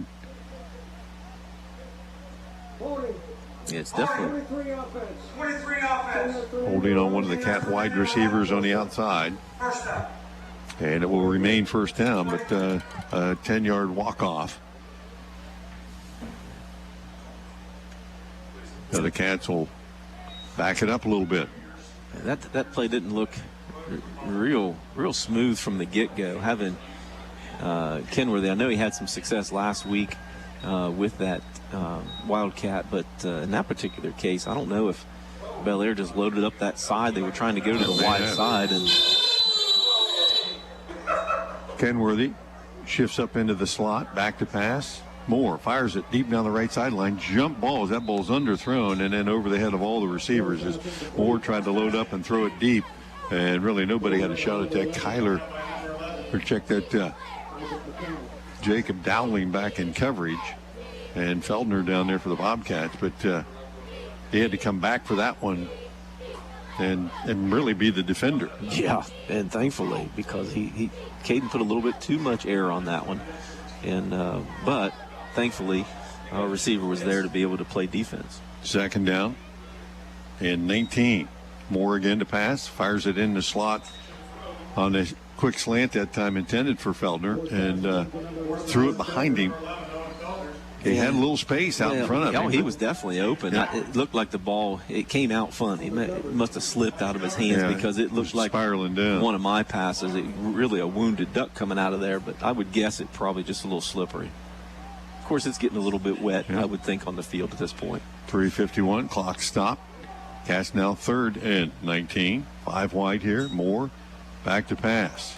Under pressure, flushed from the pocket, and a flag comes in. Moore will scramble up the left side, but another flag is going to bring this one back probably. Is Kaden able to scramble out of bounds? But Cats, we complimented the Bobcat lineman for keeping the defense at bay there and giving more time to pass. There may be a reason for that, and this hold could be part of that. Oh, yeah, that definitely was. There was a jumbo lineman in the middle. I don't know who it would, but they're going to have to take the penalty because Kaden had picked up about 14 yards. Pretty close to the first down. He was. Well, as we said when this drive started, back from the timeout, we wanted them to use that clock. Well, they've done that. They have used the clock, but somehow backwards. We've lost 20 yards in that. Yeah, all the way back to the Cambridge 49, where it'll be 5 wide, 4 of them split to the right. Cats will fire it out there, completed to Whaley. He'll take it at the 50, work his way down near the 40-yard line, and that's about it as Colt Sechrist hustles out there to make sure he stays down. And it will now be 4th down for the Cats, and Jake Valentine will come on, try to pin him deep. Well, hopefully he angles it here towards the sidelines. I know. First punt of the night for the Cats, Jaron Cash. We certainly don't want him. We don't want him to return it. I want him to angle it here down towards this 10-yard line. Kicks it out of bounds, who cares, right? But we need to get him back deep. Gallagher will go back deep as well. And certainly angle it so we're not hitting it into the end zone. Number 6, Jason Gallagher, also back deep. Cats will get the good snap. Valentine gets away with it. Lets it bounce it to 10. Takes a Cambridge bounce, but then on into the end zone. Trying to get it to that pylon in the right sideline there. And unable to keep it from heading into the end zone. So the Big Reds with 2:42 left will bring it out to the 20-yard line. Trailing 21-7. And again, if you angle that towards the sideline, you know you're not going to get a return. If it hits the ground and rolls, you don't want it rolling forward. You want it rolling out of bounds, right? You can talk to that kicker about that. You better believe that he's going to hear about it. I know. You know, at the youth levels, we worked a lot, really hard at that. Look, I don't want that cat to return it. I want you kicking it right there, right at that number, right out of bounds. You'll have him out there with the lights on in the yard tonight when you get home. He's going in the backyard for sure tonight. Twin receivers to the right, 1st and 10. Actually now trips as Sechrist checks up there as well. Hetherington will roll that way, looking down the field, fires it deep down the right sideline as a man. And was that caught? It may have been. It was. Gallagher down at the Bobcat 40-yard line. Had one-on-one coverage, and it was just a hand fight down the sideline. And Gallagher with a diving catch. I didn't know if he came up with it, but he did. At the Cambridge 40-yard line. They'll say it actually at the 38. So one big play, and Bellaire with 2:29 left to go in the half in scoring position. Again, I just don't understand playing that press coverage up by 2 scores with 3 minutes to go when they got to go 70 yards. You know they're going to throw the ball deep. Again, Big Reds with 3 receivers wide to left, running this way. Hetherington trying to get to the corner. He'll tuck it and run. Bobcats don't have anybody on the edge here, and Hetherington will take it down to the 30 and scamper out of bounds. That keeper pick up of about 9 and stops the clock with 2:05.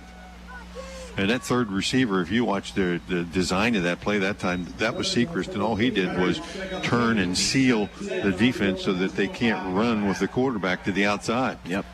Yeah, it's a good design. Run pass option there because you're running the defenders off and you still have a lead blocker out there in the flat if you need him. Pro ice at this time. Hetherington under center.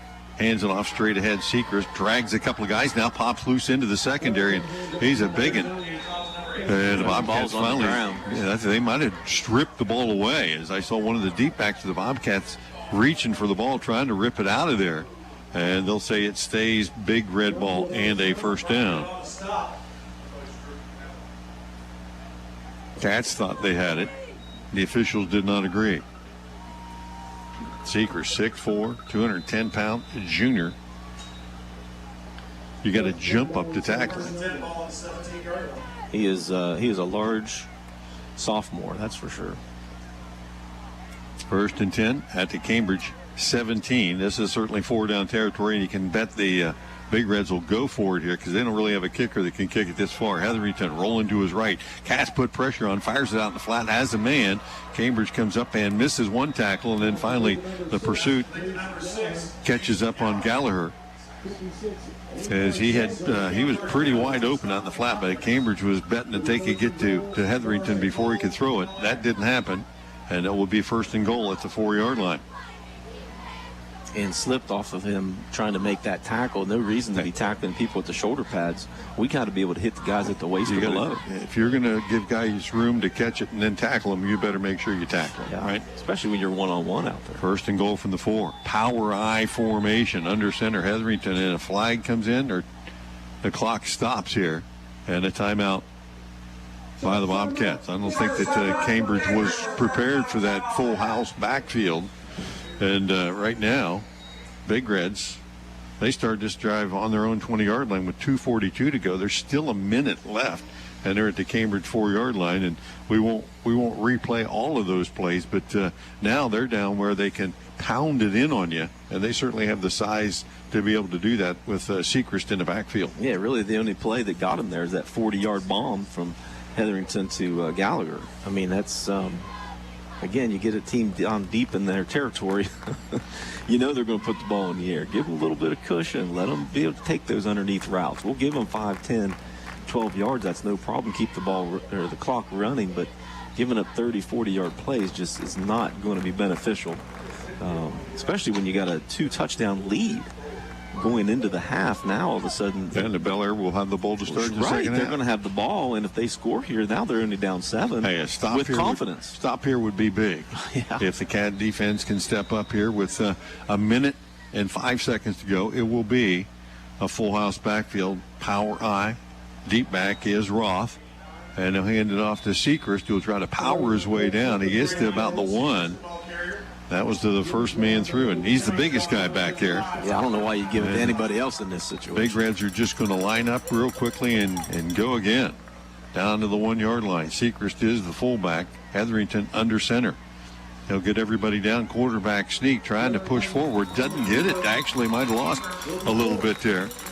As the middle of the Cat line did a great job that time. And now the Big Reds will burn a timeout. So a two plays so far from the 4-yard line have netted them a few yards, but no points. So 38 seconds left on the first half clock. And we'll keep it here. This is again, obviously a key possession here for the Cats, and you got to figure Big Red still has timeout to burn. So they can run a play, call another timeout, but do you think they'll come back out into power I again? No, I'm giving it to Sechrist for sure. Why would you not? I mean, even if he's the up back, If it were me, I'd put him in the back.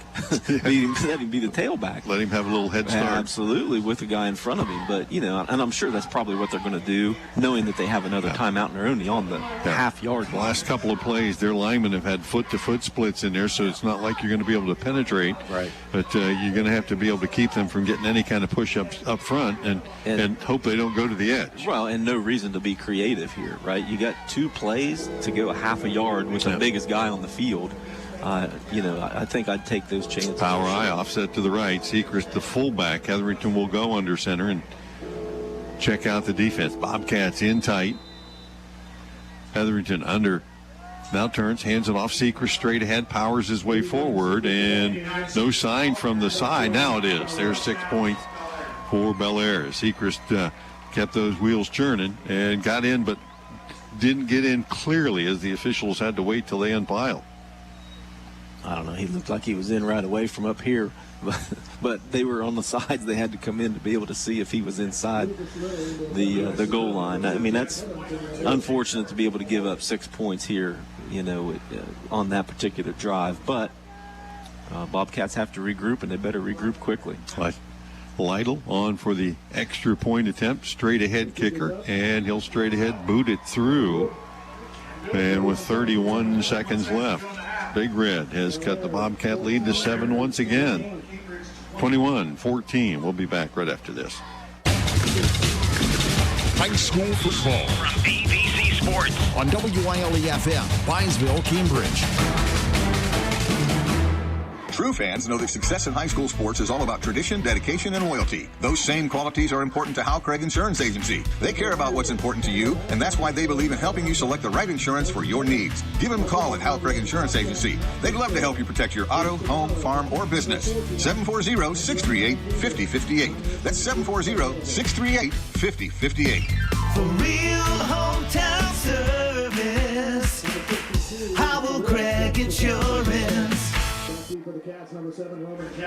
Back at McFarland Stadium, scoreboard update brought to you by Schaefer Insurance. 21-14. Big Reds with a little 2-minute offense, pushing it down the field. Got a big play and then a power run. At the end of it, Colt Sechrist takes it in from a yard out to close the gap. Here comes our Valentine Insurance kickoff. Can the Cats come up with a big play here before halftime? Have had one special teams touchdown tonight. Jeffrey back deep. He was the one that ran it back off the punt. And they'll squib it down to him. Actually won't get to him. Taken by one of the Bobcat upbacks at the 30, out to the 40, and near the 44-yard line.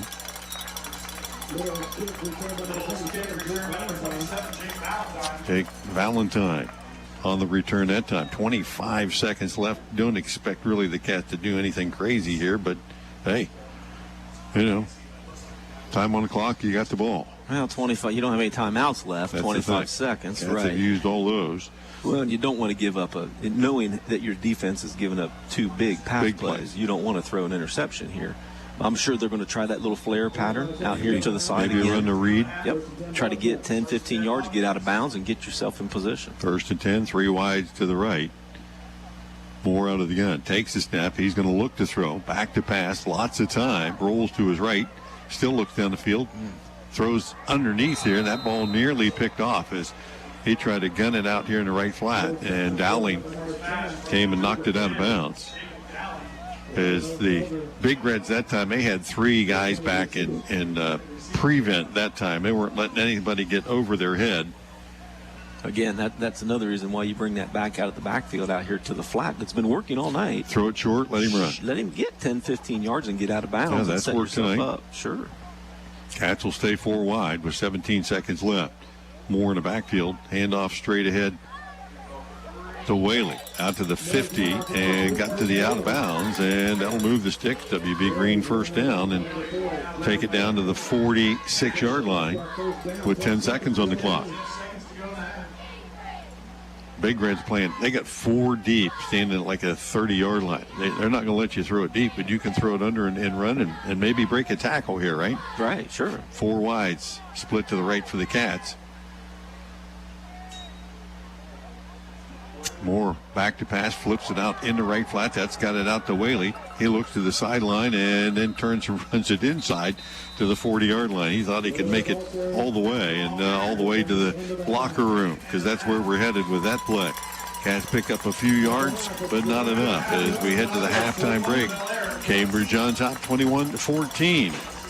We're going to catch you up with all the other area scores, get you the ONN halftime show. We'll have our stats and scoring when we come back here in a little while. 21-14, your halftime score. Bobcats on top. Back after these messages. It's the ABC Sports High School Football Scoreboard. I'm Bill Arnett. The Cambridge Bobcats looking good tonight at home, beating Bellaire 21-7. That is a second quarter score. Sheridan and Tri-Valley, it's a defensive struggle in Dresden. Sheridan 6, Tri-Valley nothing. River shutting out Barnesville so far, 14-0. John Glenn in the second quarter on the road, beating Philo 21-7. Meadowbrook rolls on 28-0 over Morgan in the second quarter. It's Shenandoah homecoming, 16-8, Shenandoah over Northridge. East Canton has now taken the lead on Buckeye Trail, 16-14. Maysville in the second quarter leading Riverview 14-7. Zanesville 13-0 at home over Heath. That is a second quarter score. A 30-yard TD run by freshman Drew Doyle, getting the Blue Devils on the board again. 13-0 Devils over Heath. Buckeye Local leading Monroe Central tonight 16-6. It's New Lexington 15, Crooksville nothing in the Battle of Perry County. Coshocton blanking West Muskingum 21-0. Fisher Catholic 2 touchdowns and a safety, 16-0 over Rosecrans. We'll have the next scoreboard update shortly. I'm Bill Arnett, ABC Sports.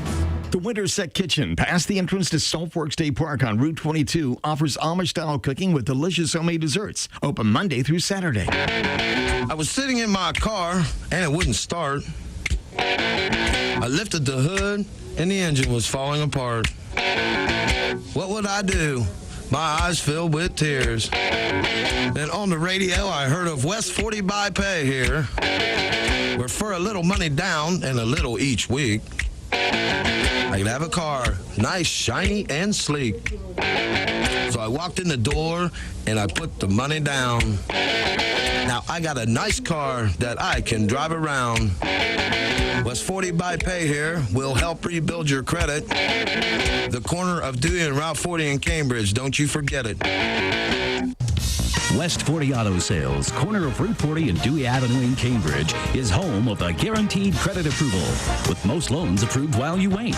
Go to their website to fill out an online loan application, west40autosales.com. You'll also find their weekly special listed there.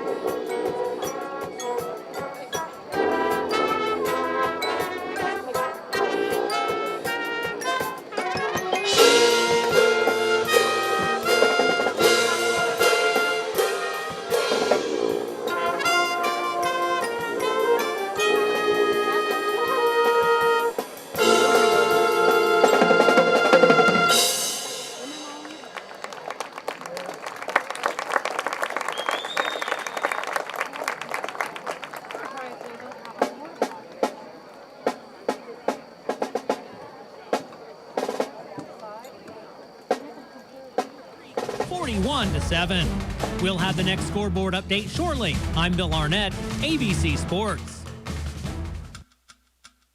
What do cars, boats, cell phones, watches, cameras, and laptops have in common? They all require batteries. This is Jake from the Battery Depot, and we are committed to helping you power your life from hard-to-find batteries to custom builds.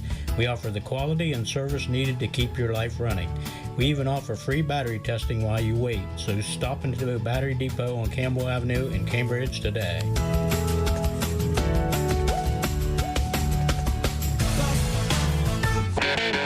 I was sitting in my car and it wouldn't start. I lifted the hood and the engine was falling apart. What would I do? My eyes filled with tears. Then on the radio, I heard of West 40 by Pay here, where for a little money down and a little each week, I could have a car, nice, shiny, and sleek. So I walked in the door and I put the money down. Now I got a nice car that I can drive around. West 40 by Pay here will help rebuild your credit. The corner of Dewey and Route 40 in Cambridge, don't you forget it. West 40 Auto Sales, corner of Route 40 and Dewey Avenue in Cambridge, is home of a guaranteed credit approval, with most loans approved while you wait.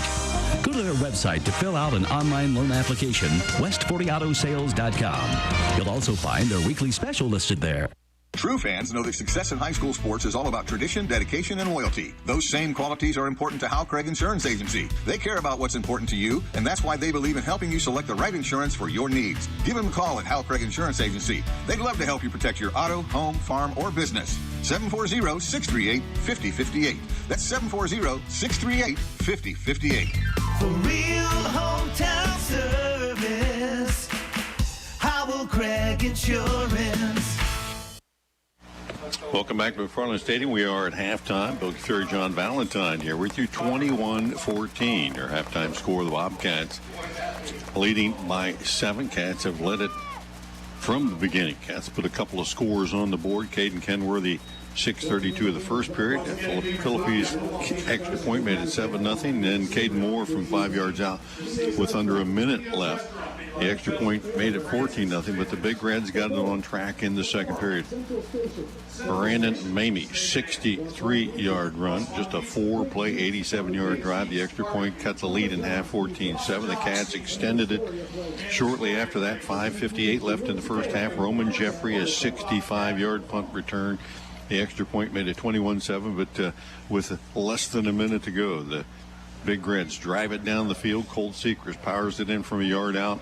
21-14 with the extra point. And you're listening to our halftime report brought to you by AVC Communications. Market your business on the radio. Stay connected with the community. AVC Communications is the area's locally owned and operated radio station that appreciates your business. First half, the Cats had it clicking off and on, but couldn't consistently keep that happening. A couple of key penalties may have kept us from putting another 7 points on the board. Yeah, penalties on that last drive really hurt us. Not only kept us from putting an extra 6 on the board, but it gave them 7 on the flip side. So, 14-point swing, really.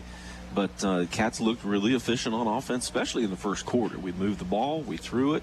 We took what the defense was giving us. We ran the ball really well. We pushed the ball down the field. Would you say 10, 12, 11 take drives? I mean, we looked really good in the first quarter. Bellaire kind of made some adjustments in the second quarter and made us a little bit more one-dimensional. But overall, I'd say you'd have to be pretty pleased with the Bobcats, how we played in the first half. Tonight's game being streamed. If you haven't watched the first half, you can get online now. Adam Green here with our setup. You can watch it, you can listen to it, and also being webcast. So we've got people all over the place. Bob Solman is down at Seneca Lake, a former Bobcat, listening probably with a nice little fire going, sitting around the lake. I want to go there. Maybe we'll come and visit him after the game. Yeah, he's still hanging in there. Probably Bobcats all around the place listening. So if you are, hey, give us a shout out. Let us know that you're out there. It's nice to know that we're not just talking to each other, right? Well, worse things could happen. I could hang out with you and talk football all day, but it would be nice if we had a crowd on the other end, that's for sure. 21-0 or 21-14. Bobcats are going to be kicking the ball off here to start things off in the second half. And after a halftime of adjustments there are a couple of things the Cats have to shore up, and one is not give up that big play. That's really the main thing that's kept Bellaire in the game. I mean, from a rushing standpoint, Bellaire's run the ball 14 times for only 56 yards. So we're keeping them between the tackles. We're making the plays when we need to, and one was really that long that touchdown. That was 60-some yards right there. Right. So, but through the air, they're only 4 for 11. So we're doing a decent job on defense. It's just that 4 for 11, 2 of those were for 77 yards. So we have to be able to know the situation and know when to play press coverage and when to back off a little bit and give them a little bit of room in front of us. But hopefully we can make some adjustments to that. We know that Bellaire is going to continue to throw the ball, and they're going to continue to try to pound the ball up the middle, too. Valentine Insurance kickoff coming up here. Pettigrew back deep along with Gallagher. And Philippe's kick is going to bounce at the 20, be taken by Gallagher on the near sideline, straight ahead. And he'll run right into the arms of the Bobcat. Looks like Pulaski on the squeeze there, about the 29-yard line. So the Big Reds got to have a little bit of momentum after scoring late in the first half. We'll start this drive from their own 29-yard line. Trailing the Cats 21-14. First and 10. Bellaire. Hetherington, just a sophomore quarterback. He's shown some flashes here. Not only been able to run the ball, but throwing it down the field. He's got a pretty strong arm, and he's gone down deep a couple of times. He's got two receivers wide to the right and two running backs out of the shotgun. Back to pass. Hetherington fires it out in the right flat. He's got it out there to Sechrist. He'll haul it in. Brumfield gives chase, and they'll knock him out of bounds. Out across the 35 near the 38-yard line. Sechrist just a big guy, and he showed some athleticism that time, and not only making the catch, but then running well after it. Yeah, he's a pretty good athlete. Bellaire took a little page out of Cambridge's playbook there in that first half with that little swing pass out to Sechrist. Yeah. Sechrist 6'4", 210-pound junior. Lines up at the fullback here as Hetherington goes under center, second and a yard. Deep back, Mamie. Bobcat showing blitz. They'll hand it off to Mamie off the left side. He'll fight his way out to the 40. That'll be enough for a first down. They needed one. They got two. And the Big Reds will add a first down. Their seventh of the night. Their longest drive they had in the first half was right there before halftime. I got them 7 plays to go the 80 yards. Other than that, every time they had the ball was nothing more than a 5-play. Cats had a couple of 10-play plus drives in that first half. But now the defense has to crank it up a notch. First and 10, Bellaire from their own 40. Handoff.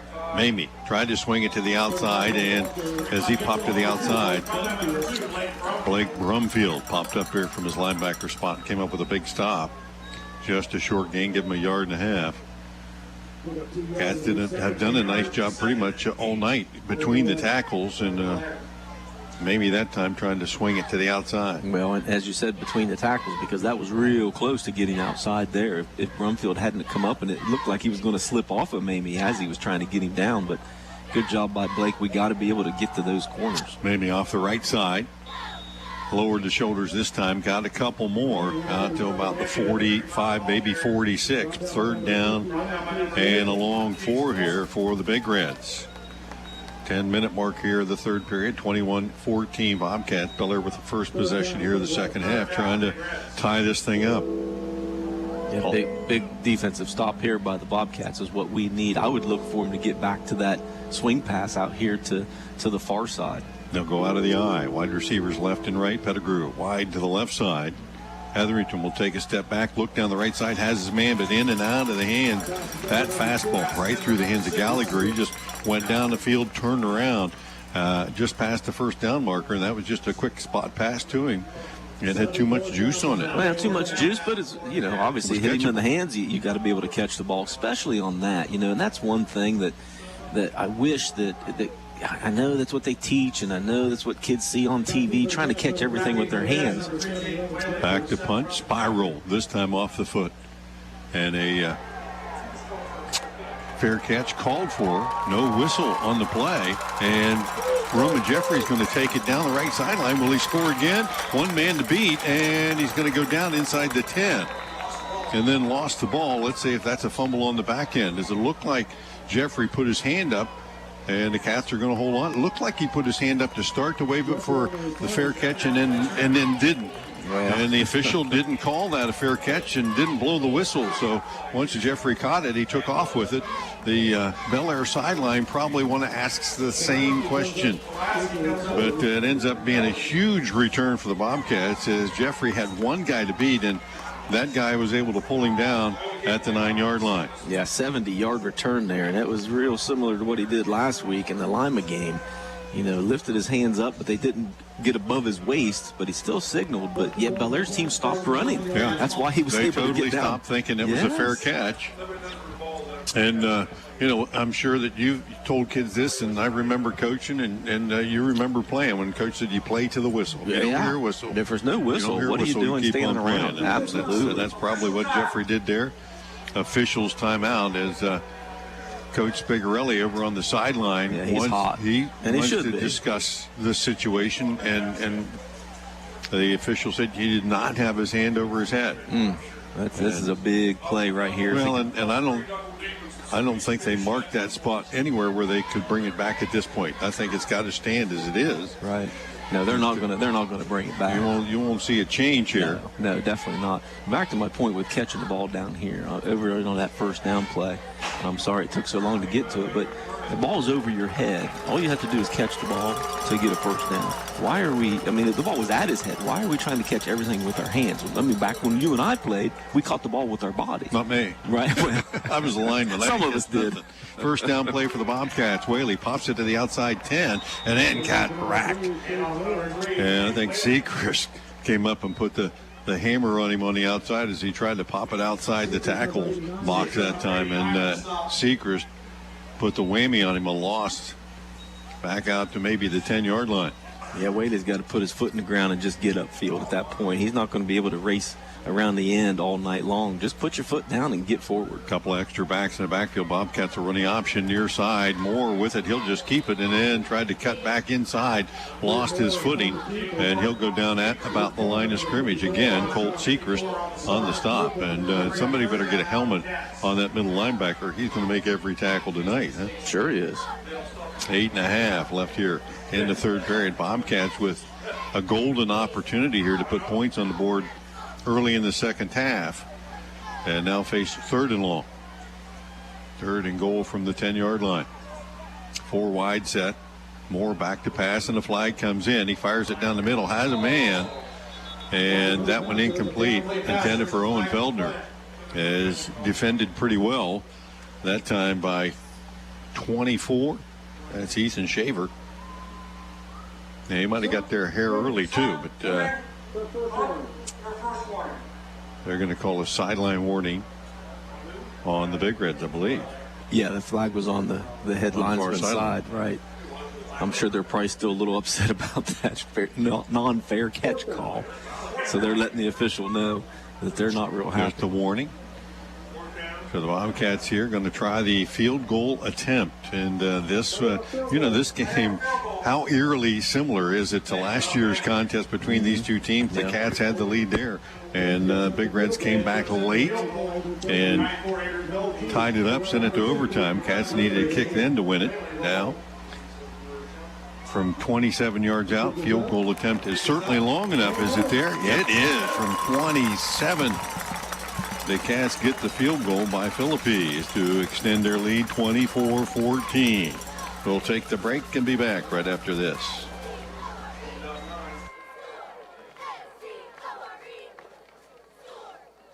When it's game night, let Papa John's Pizza on Southgate Parkway feed your team after the game.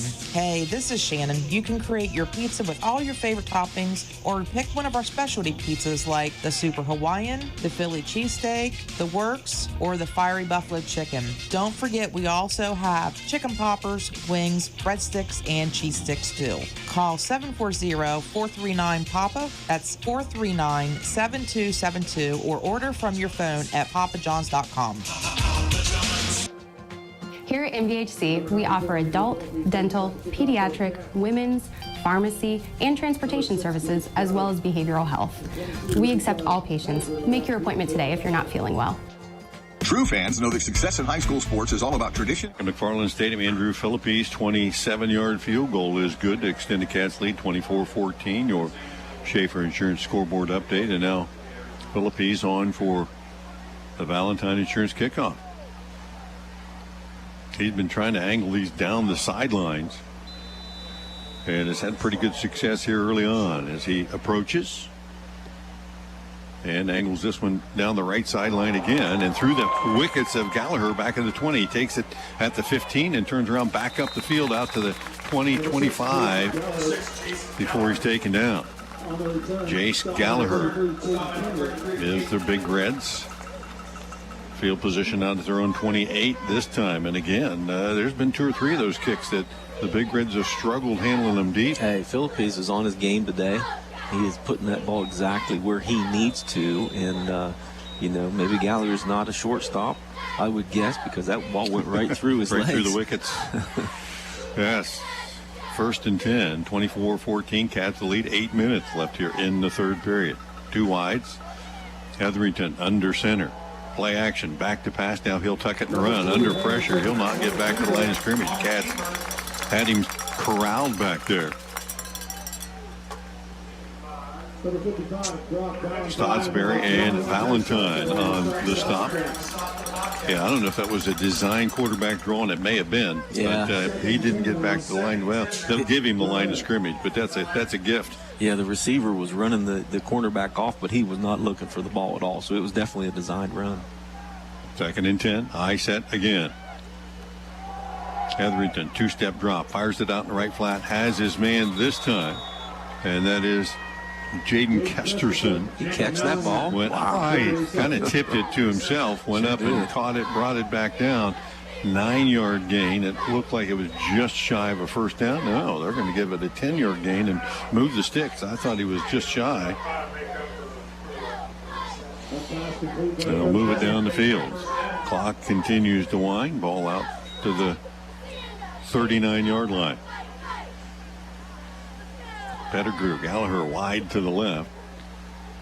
Hetherington under center in the eye.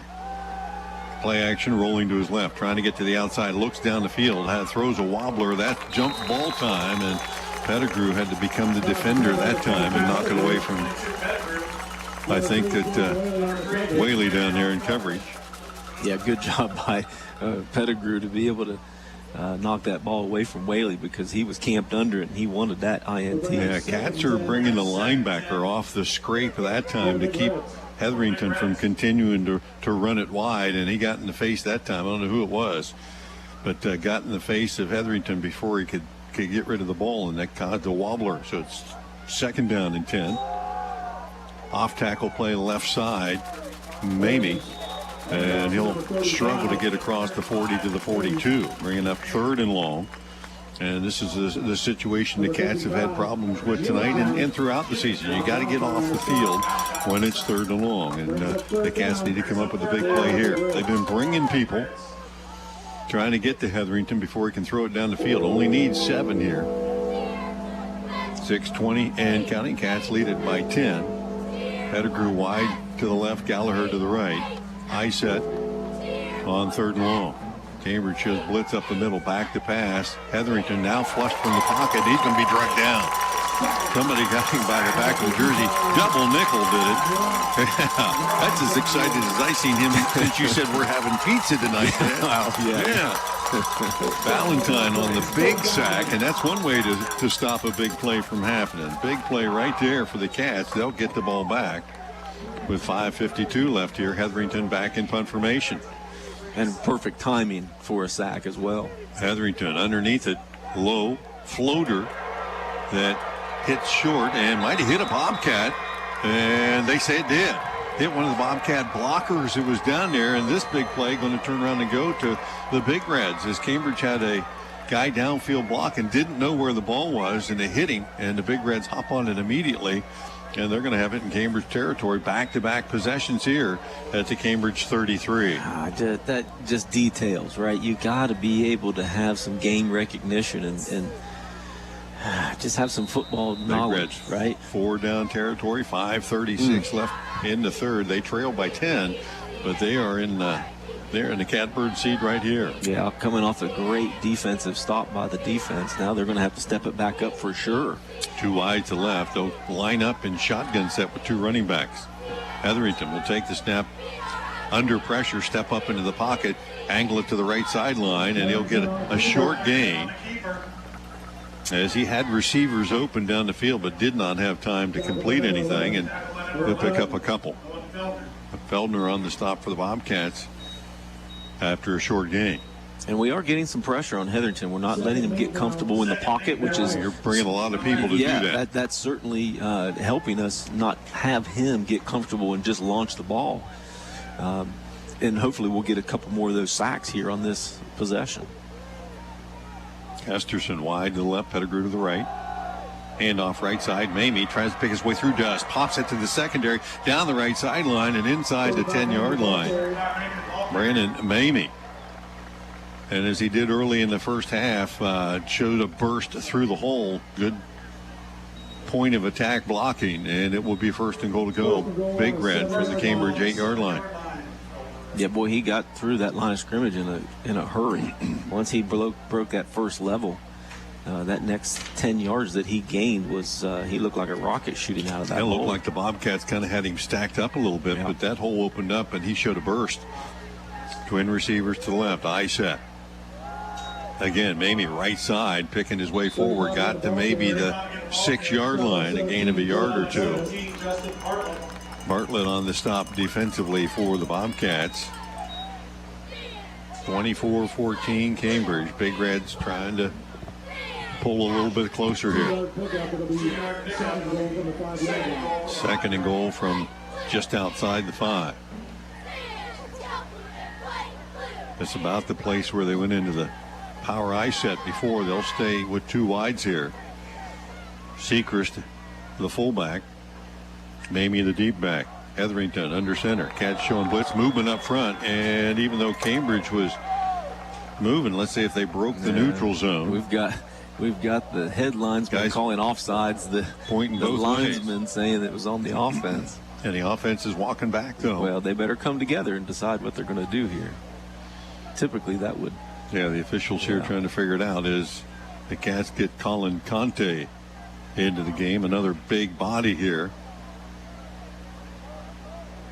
4:07. Officials huddling to determine where they saw movement first.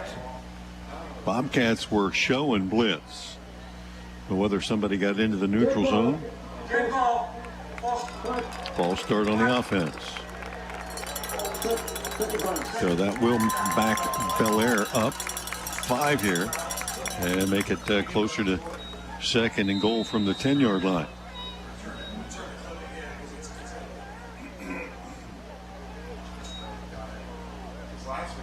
So Pettigrew will spread wide to the left, Gallagher to the right, and they'll stay in the eye. Clock wound back in motion. Play action. Hetherington trying to get outside. That ball knocked down, and again, the Cats off the edge. Kenworthy got a piece of that coming off the corner, I think. He did, yeah. A lot of pressure on Hetherington that time. Did not give him a chance to set his feet. Hetherington did a good job, and they tried to get him to the edge a lot in the first half. Cats have made an adjustment here, rolling the linebacker to the outside, and Kenworthy was that guy right there that time. And it is third and goal from the 10 now. They'll stay in the eye. Wideouts left and right. Hetherington under center. Steps back, fires one deep into the corner of the end zone, and a flag and a catch. That's a touchdown. If it's yes, it is. And man-to-man coverage down there in the corner. Gallagher with the 10-yard touchdown reception. And the penalty on the Bobcat defensive back over there too, face guarding or grabbing him or whatever. He knew he was beat off the get-go, and well, he had no idea the ball was coming because his back was to the quarterback. They'll enforce that penalty on the kickoff. So Bellaire has cut the gap. Littell on for the extra point attempt. With 3:49 left here in the third period. High snap, they'll get it down, and that one a low kick right into the center of that line.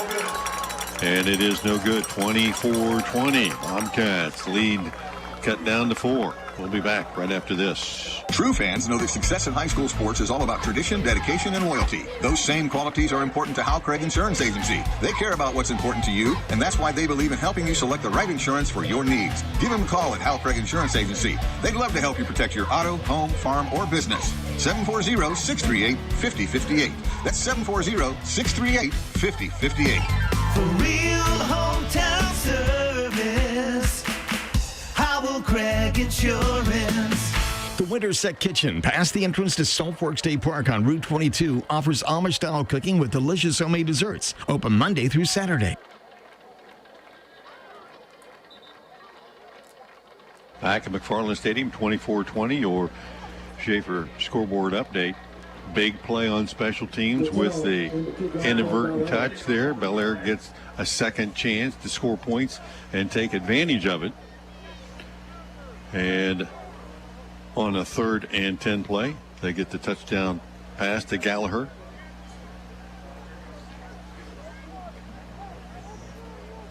And now the penalty is going to be tacked on there too from the touchdown. They'll be kicking off from the Cambridge 45-yard line. Valentine Insurance kickoff coming up. Littell here after missing the extra point. They'll approach here. Kick it down the field and into the corner where the Bobcats will haul it in at the 4-yard line. Trying to bring it all the way back to the from the far side of the field and not going to get there. I think that was Jeffrey. They're trying to get to a wall. They had the wall, but they couldn't get one guy blocked to get him up the near sideline, and that ball was kicked inside the hash. He nearly slipped and went down at about the 3-yard line. That would have been a disaster for the Cats, but they'll get it back out to the 19. Kind of surprised in that particular situation too that maybe Bellaire wouldn't think about an onside kick. Yeah. Geez, they were kicking giving from up 40. much of the field. Yeah. No.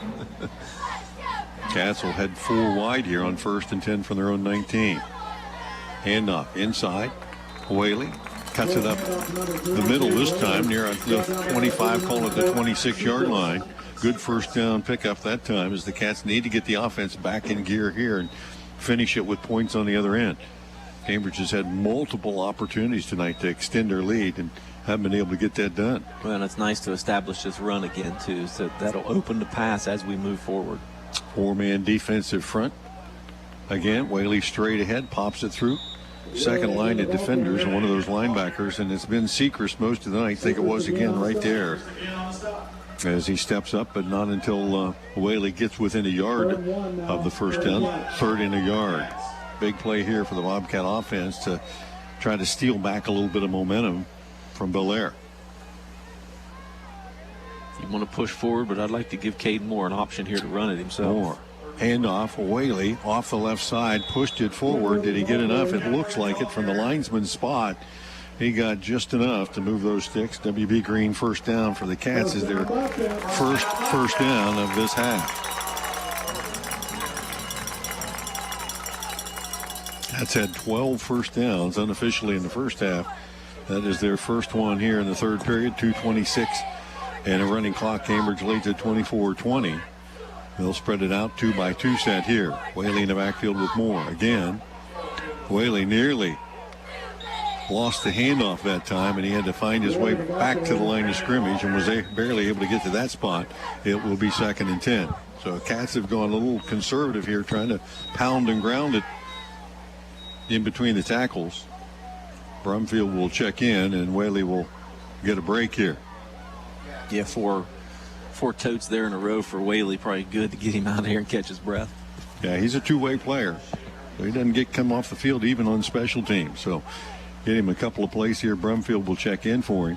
2nd and they'll call it 11. A loss on the last play as the Bobcats will go out of the pistol set here.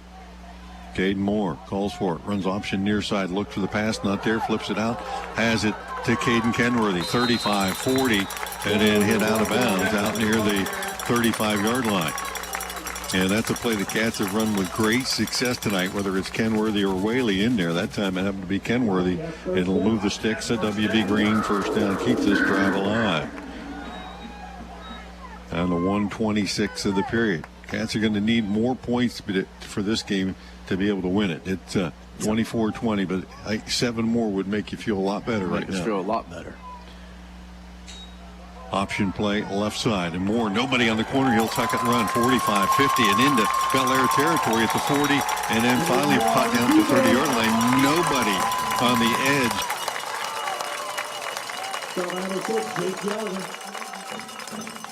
First down Cats.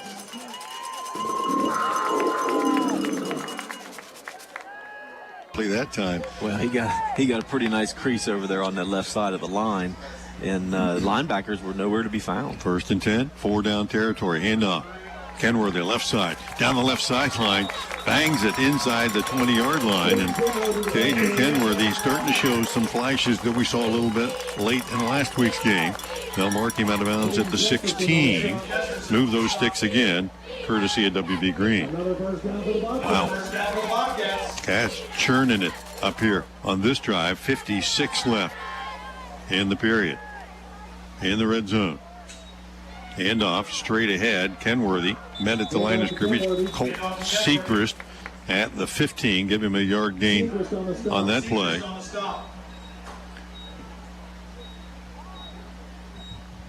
Cats showing some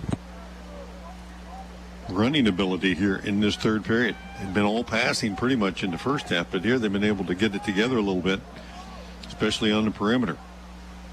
4 wide receivers, back to pass. No, this will be the draw play. And Kenworthy able to squeeze loose down inside the 15. Not much more after that. O'Grady on the stop defensively. Short gain on the play was going to bring 3rd and long. Cats just a couple of minutes ago nailed a field goal from about this same spot on the field, and they're going to let this clock run out as we head to the end of the third period. Cambridge threatening, leading 24-20. We'll be back with the fourth period right after this.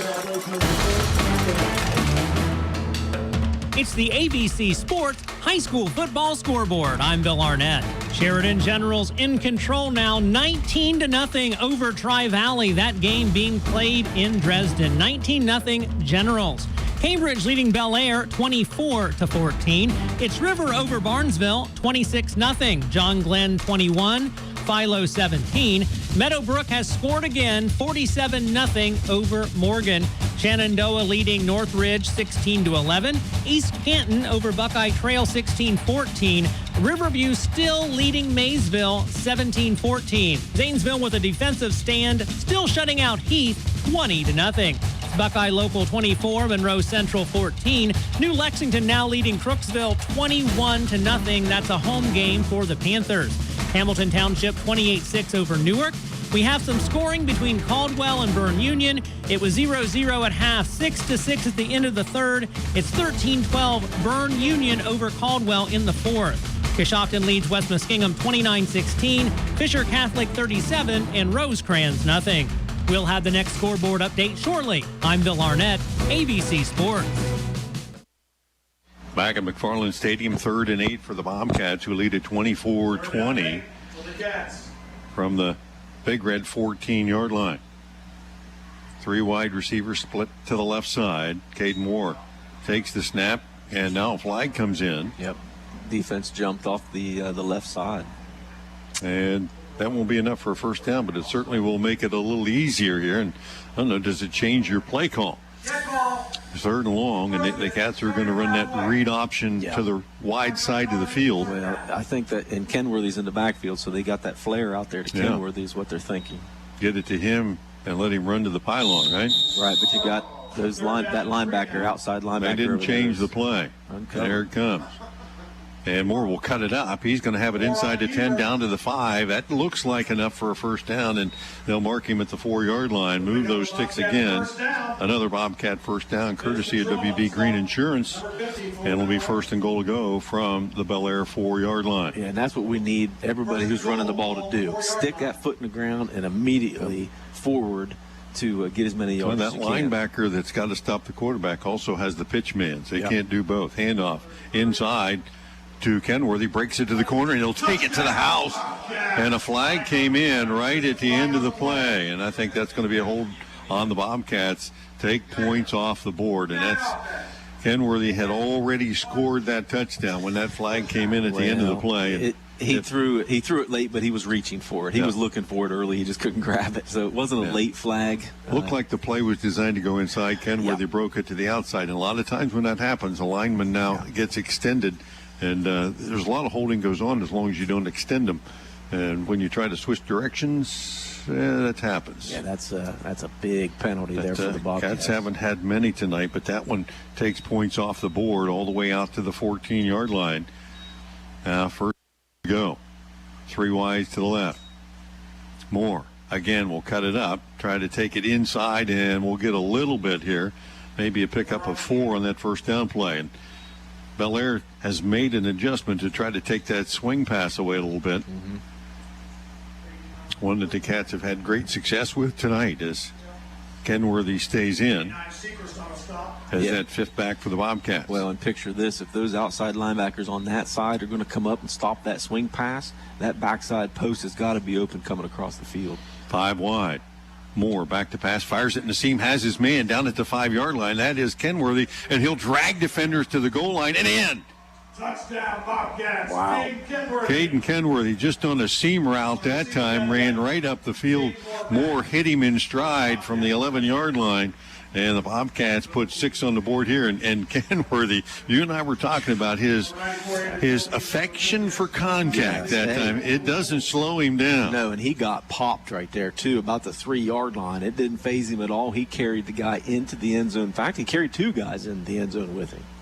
So Moore put it on the money. The extra point attempt from Philippines is true. And the Bobcats extend their lead by 7. 31-20. 10:45 left to go in the game. We'll be back right after this. Whether it's a car accident, storm damage, or a fire, when the unthinkable happens, it doesn't matter if you saved money in 15 minutes. In this moment, it doesn't matter if your neighbor has the same insurance as you do.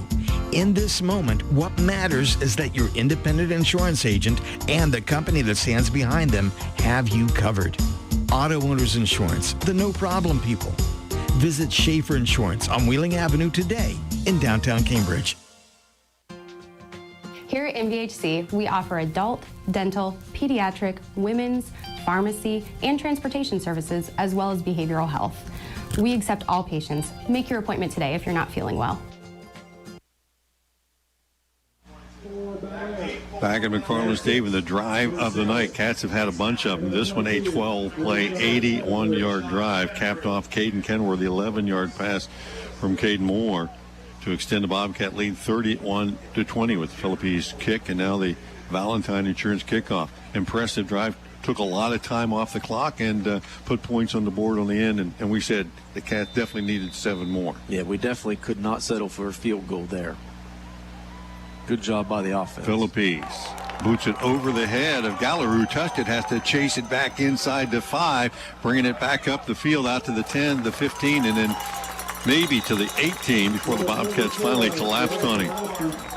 And we've said this a few times, the Big Reds have struggled with their kick returns tonight as Philippines has kicked them short and long and angled them and that's made it tough on them. That's why, because Philippines is putting that ball exactly in the spots that we need them. And Bellaire's guessing. They're coming up, they're going back. That he's kicking that ball in all different directions, and it's putting the Big Reds in a hole each possession. 31-20, Bobcats with the lead, 10:35 to go. Big Reds will start this drive at their own 19-yard line. Out of the shotgun, Hetherington back to pass. This looks like the middle screen, and it is. Completed to Mamie, but the Cats react pretty well, and double nickel came over and dropped the hammer on somebody right there for a short game, but he reacted pretty well that time. A lot of Cats came up the field rushing Hetherington, but I think he read screen the whole time that time. Game in maybe 4. Yeah, they got burned on that last week against Lima, and if you get through the line that easy, there's a reason. You better back up and be able to. Yeah, the reason, Coach, is because I'm a great pass rusher, exactly, right? Second down, call it 6. Clock continuing to wind under 10 minutes here. Out of the gun, Hetherington will roll to his right. Now flush from the pocket, takes it up and to the line of scrimmage. Got a couple more. Case Wilson on the stop that time. Hetherington will pick up enough to move the sticks? Yeah, he did. They'll give him out to the 29, and that's enough for a Bellaire first down. Just their third first down of this half. That was a pretty favorable spot there, I think. It was. He rolled a little bit when he hit the ground. They gave him the complete roll that time before they marked the ball down. 1st and 10 from the 29. High set. Hetherington straight ahead to the deep back. Mamie tries to pop it to the corner.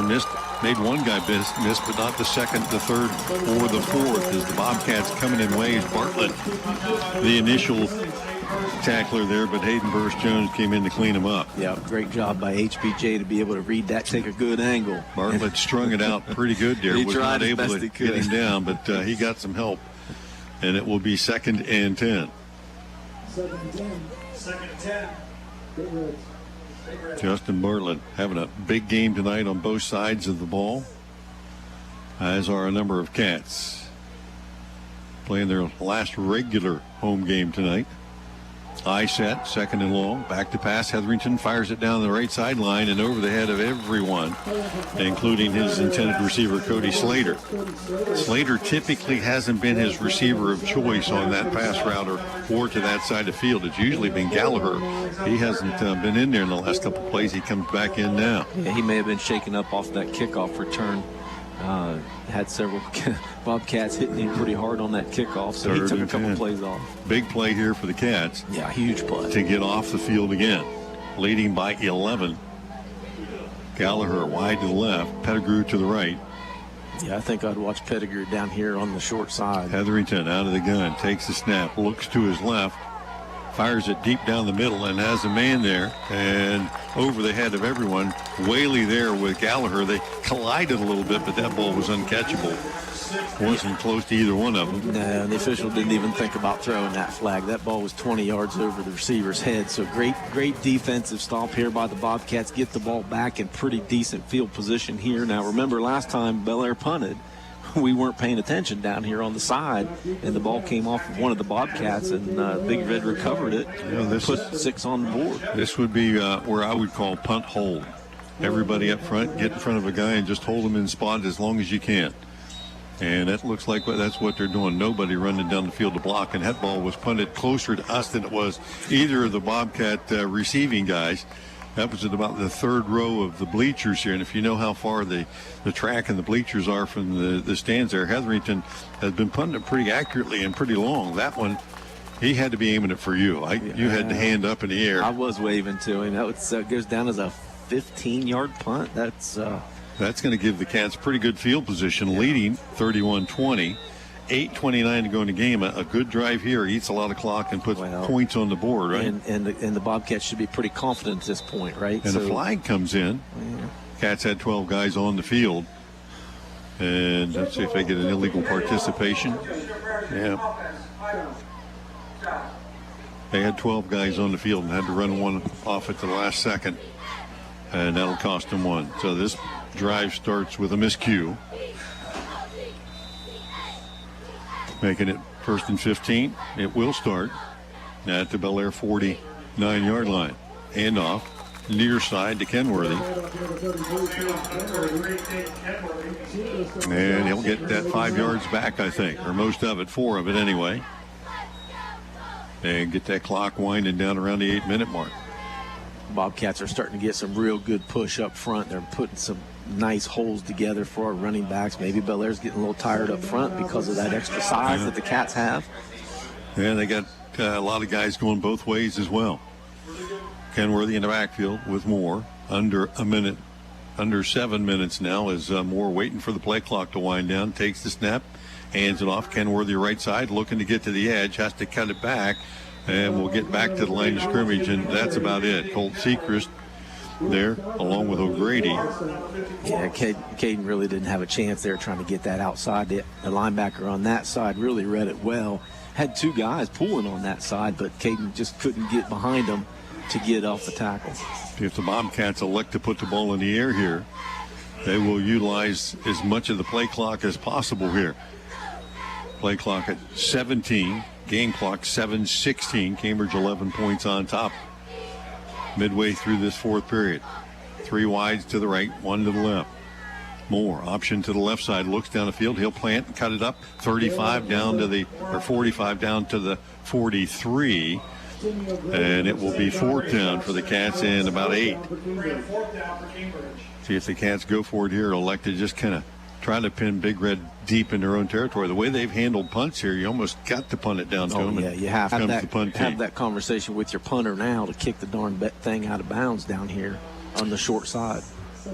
Well, you can have that conversation with the punter if it hasn't been already. I know it has been mentioned a couple of times here in the press box. Gallagher back deep. Low snap. Valentine gets it free. High ball that's going to be fumbled at the 15-yard line and then dropped on. It looked like the Big Red receiver down there was Gallagher, and he kind of was hesitant to call the fair catch and then hesitant to even catch it, but able to hop on it. And so 6:13 to go. Big Red down 2 scores here, and again pinned deep in their own end. They'll start this drive at their own 14-yard line. If the Cats loosen it up a little bit defensively, and you just got to keep everybody in front of you and make tackles at this point. Yeah, especially here. I mean, Bellaire has to score on this drive, and this is just like they had in that first half. You know, they got a long way to go. Give them some cushion. Let them have those short underneath routes. High formation, handoff to the first man through, and that was Sechrist. And Case Wilson, first contact that time. Yeah, I think we need to look into trying to find Kaden Kenworthy a new helmet. Yeah, he lost it on that play. He's lost it a couple of times tonight. Tape that darn thing on or something.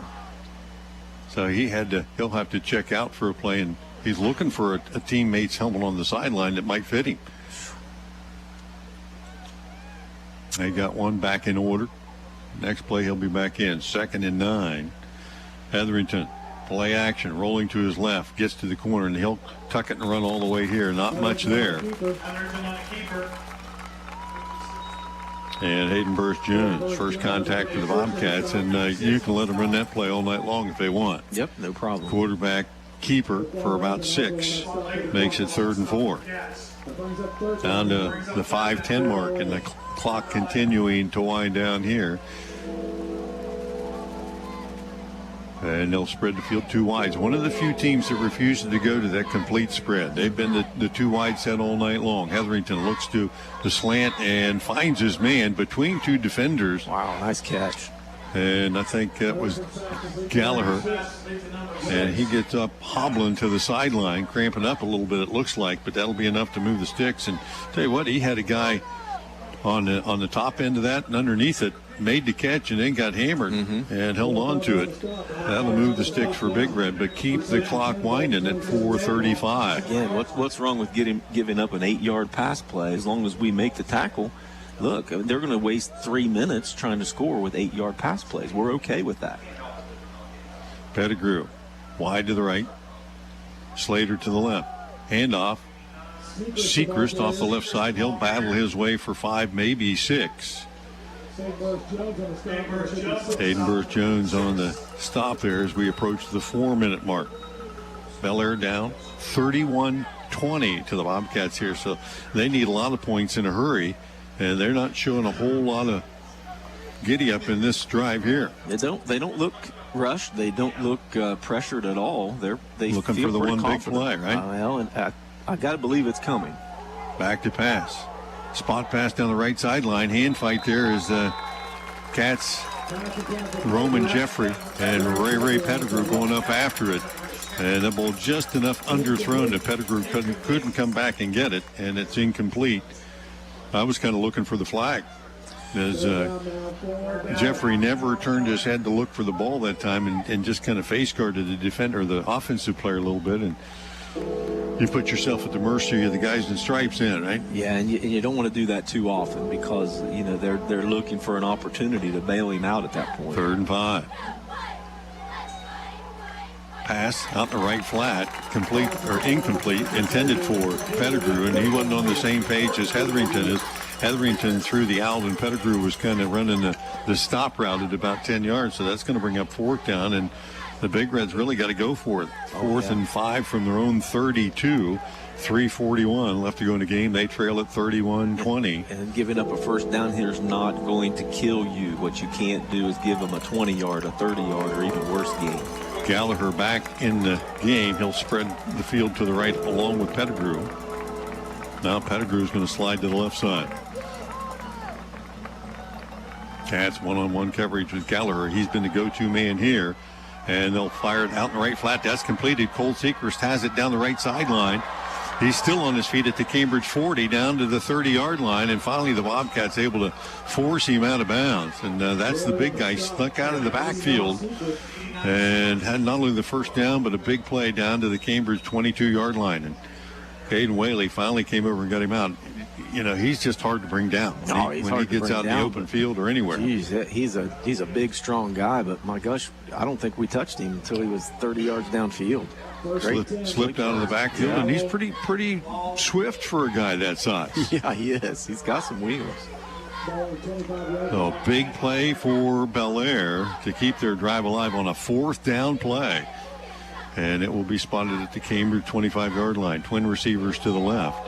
Handoff straight ahead. Sechrist heads to the sideline. Bobcats will stack him up this time and push him out of bounds, but still not get him to the ground. Roman Jeffrey came up from the cornerback spot to finally get him out of bounds. That will stop the clock. 3:23 left in the game. 2-yard pickup. It'll be 2-yard pickup. Both teams have their full complement of timeouts here in this fourth period. We're going to have to make sure we keep him in bounds from now on those plays close to the sideline. Second and long. Gallagher split to the right, Pettigrew to the left. Shotgun. Hetherington back to pass, looks to his left, fires it deep down the left sideline. That ball's up in the air and wobbly. Cats had some help coming over, but it will fall incomplete as Pettigrew just ran right past the ball that time. Hetherington struggling to throw the deep ball tonight. There've been a lot of them that have been pretty wobbly as that one was, and well off the mark.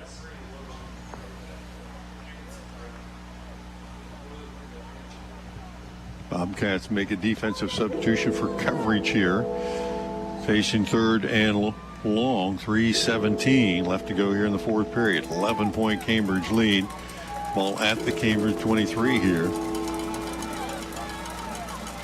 As Dowling will split wide to the left. Gallagher to the right. One-on-one coverage to Gallagher.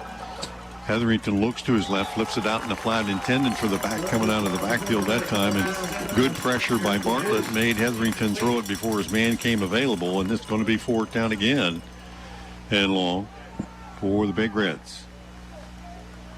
Intended receiver that time was Jaron Cash. Wanted to throw it, last time it would have been Seeker. So let's see if he becomes part of the offensive selection this time. 3:14 left in the game, 4th and 8. Well, if you're going to make a defensive play, now's the time to do it. Gallagher to the left and Dowling to the right. Hetherington takes the snap, drops back, max protection, steps up to run. Going to try to get to the sideline. Bobcats giving chase.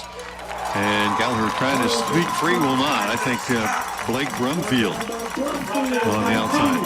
And he had the angle on Hetherington, who tried to do a 360 and reverse him. He got him by the jersey and WWE'd him to the ground. Hey, Brummy's got little wheels out there, buddy. He showed him on that play, making a good one-on-one tackle. Cats and had just run Brumfield in the game more or less as a spy in that situation, just to make sure the quarterback doesn't hurt you. And so the Bobcats with the 11-point lead, 31-30 with 3:03 to go. Just need to run this clock out here. They'll start at their own 20-yard line. Well, Bellaire does have 3 timeouts left, so you're still going to have to get some yardage here and make them use those timeouts. Make them use the timeouts, move the sticks a little bit. But with the way that we were pushing the line of scrimmage that last possession, hopefully we can do that here one more time. Cats a 3 wide set, 2 backs in the backfield. Along with Moore. Moore will take the direct snap, follow both backs through the hole, and get that clock burning again out across the 20 give them about the 23. Maybe Kenworthy on the direct snap that time. We've seen this a little bit before. The Cats get in that time of the game where they need to run the clock a little bit. They'll get it to Kenworthy, and that will be the first time out for Bellaire. We'll take it as well. 31-20, Cats on top, trying to run that clock down. We'll be back after this.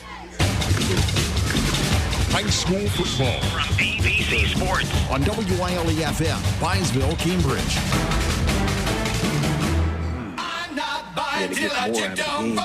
Most of us are faced with uncertainty every day. Your job, your finances, sporting events, schooling for your children, and so much more. With so much uncertainty surrounding you, there's one auto dealership that you can be certain about, and that's Doan Ford. You can be certain that you'll always get a great deal and the best service afterwards. In business for nearly 60 years has given Doan Ford the reputation of being a strong, reliable dealership. Be certain. Choose Doan Ford online at doanford.com. At McFarland Stadium, Bobcats coming out of the timeout. Brumfield, Kenworthy, and Connor Mobilini in the backfield for the Bobcats. Direct snap, Kenworthy coming near side, trying to get to the corner, 20, 25, and out to the 28-yard line, close to the line to gain, stayed in bound. And I think that will force Bellaire to burn yet another timeout. And for the Cats, let's see where they mark it. They'll say 28, which is going to make it about 3rd and 2. Timeout on the field once again by Bellaire. And we'll take it again with them. Back in 30 seconds. You don't always think about it, but our military members surround us every day. Southeastern Med understands that you've been putting off a lot during the stay-at-home order, including wellness checkups with your doctor. Superior Med Family Practice Cambridge, Office of Doctors Now, Collingwood and Lilco, and Caldwell Office of Becky Hall NP are open and offering telehealth visits if you prefer. Southeastern Med is focused on your safety. We are your community hospital. Visit SEORMC.org to learn more. Back at McFarland Stadium. It's the ABC. Bobcats with the lead and the ball, and about a yard away from a first down. It might seal the deal here. 2:46. Bellaire's burned a couple of timeouts here. And Mobilini, Whaley, and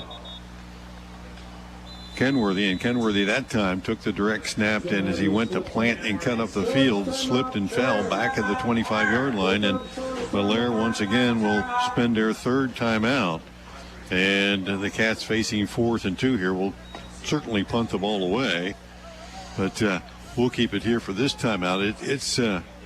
The Cats had a good strategy going there. They brought Mobilini in. They had Whaley out in front of them trying to block a little bit. And, of course, Mobilini from the entire family Mobilini, who were born hitting people, was looking for people to knock down that time. For sure. But the Cats just unable to. The dew hits the field. It gets a little slippery. Well, it gets a little slippery. Plus, he cut on his inside foot there. I mean, you're not going to be able to put your foot in the ground and go upfield by cutting on that inside foot. It's always going to slip out from underneath you. And unfortunately, really, that's what happened there. It would have been close to a first down, I guess.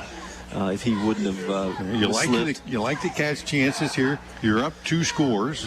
Your opponent has used all their timeouts, and they don't have the ball just yet. Yeah. You got to figure they're coming after you right here. Valentine back in punt formation. He's going to have to catch it and get rid of it quick because Bellaire has nobody back on this punt attempt. Good timeout here. Now the Cats will use the timeout. Yep. Just check out what the defense is going to do. Yep. You're not stopping a running clock anyway. And so we'll burn the timeout with the Cats this time. We'll be back in 30 seconds.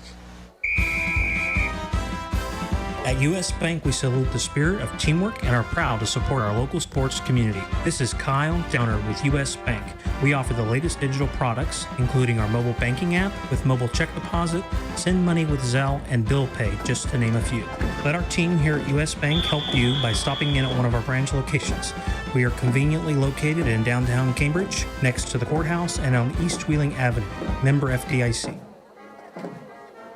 Back at McFarland, a Bobcat timeout this time to make sure the special teams have everybody's assignment in order.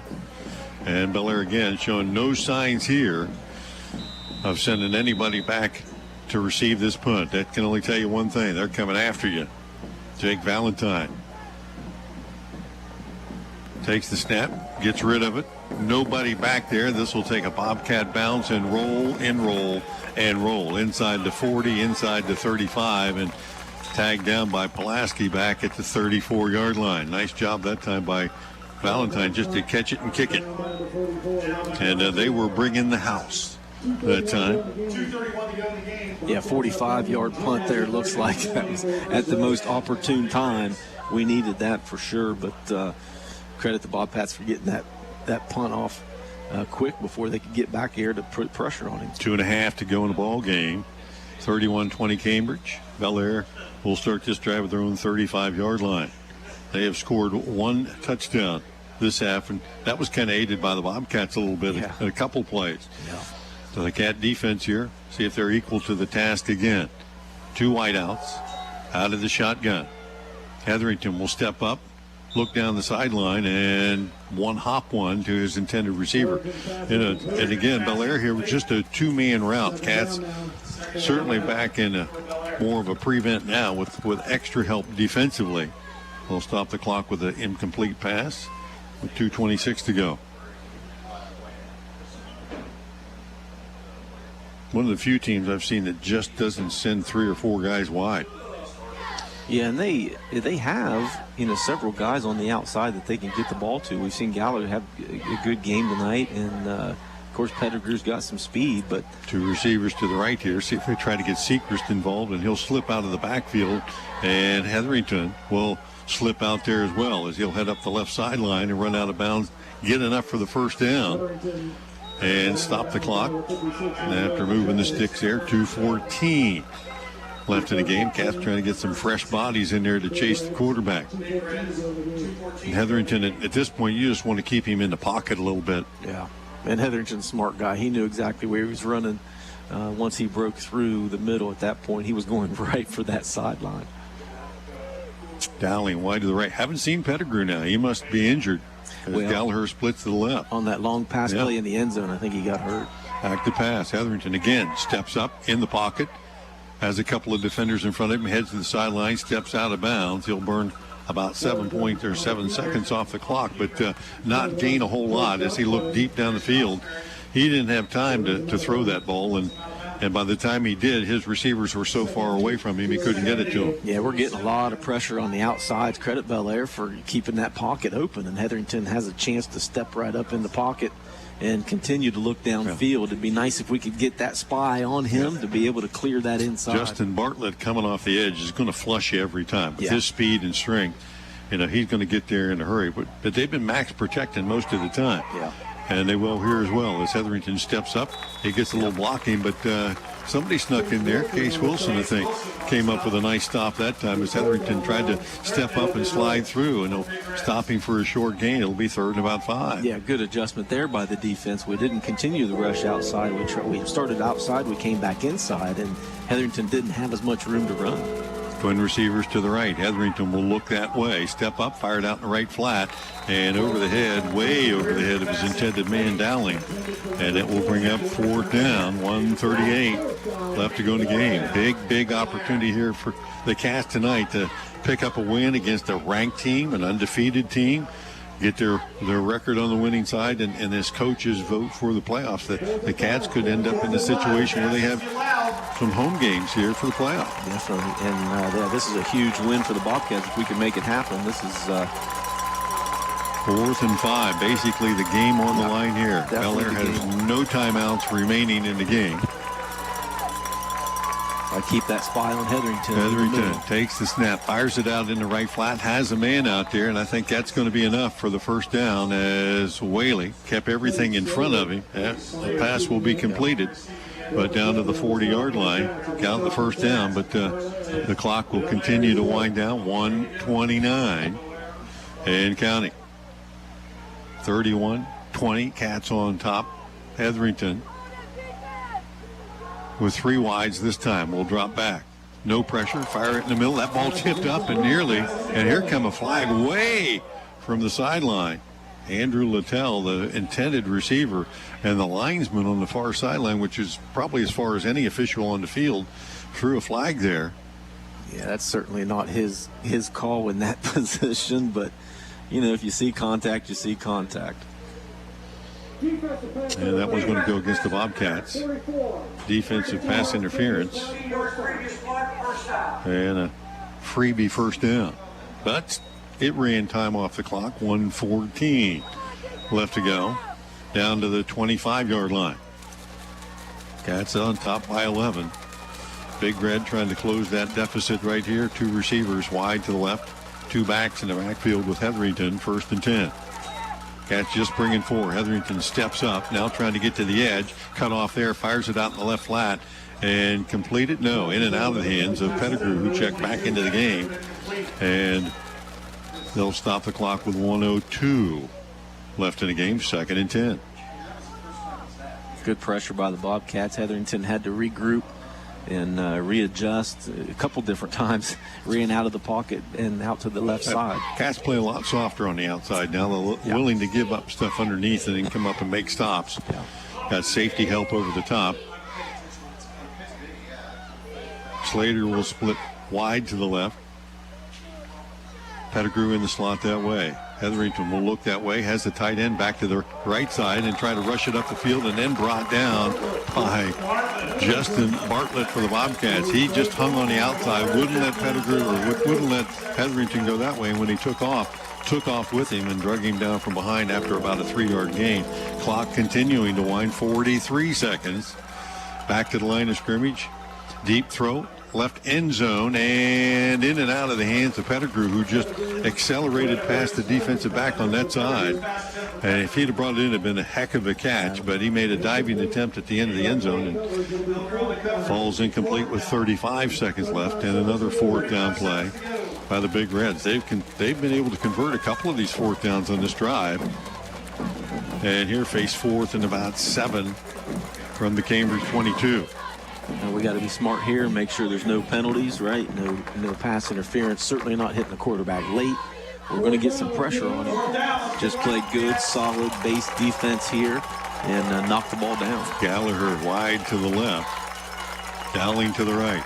Hetherington takes the snap, drops back, has a man down the middle. He'll take off himself and will not get there. That will end the Bellaire comeback bid right there as he tried to get it on his own. Blake Brumfield among the Bobcats on that stop, and the 12-play drive ends on downs. The last 2 times the Big Reds had the ball, they went 11 plays and 12 plays, but both of those drives ended on downs, and the Bobcats are going to hang on for the victory here tonight. 31-20 your score, as the Cats just need to take a snap and get that clock running. Big victory for the Cats tonight after this is their 3rd state-ranked opponent they've played this year. Right. And this will be a W for them. And that looks pretty good in your resume. Hey, best play in football right here, victory formation, and just getting the ball on the ground. Only out of the shotgun. Didn't normally take the victory snap out of the shotgun, but Caden will take a knee, and the Bobcats can begin celebrating their 3rd victory of the year. A 31-20 win over top of the Bellaire Big Reds, who came in undefeated and state ranked. But the Cats have seen that show before. This was a rerun after facing Lima Central Catholic a week ago, and the speed they had, things had to look like they were in slow motion for them here tonight. Yeah, it was definitely back down to reality a little bit. And credit Bellaire. Obviously, you can see they've got a pretty decent team, but certainly not on the same level as Lima Central. A big victory for the Cats, and I'm sure we'll talk about later, but as you said, this is the last game to be able to impress the coaches in the coaches poll to find out where we're seated for the tournament in a couple weeks. Yeah, and I mean, even last week's game, when you look at that score and the caliber of the team that you're playing, for the Bobcats to be able to put that many points on the board and hang in there with the team the caliber of the Thunderbirds, that says a little bit too, that there's a lot of teams that probably don't want to play you if you're able to put 30 points on the board week in and week out. So the Cats certainly kind of controlling your own destiny, so to speak. There aren't any playoff points involved, but there certainly are impression points that went into play tonight as the Cats pick up the win 31-20. We'll take a break, get to our post-game wrap-up, and get you caught up on other scores around the area. We'll be back with all that right after this.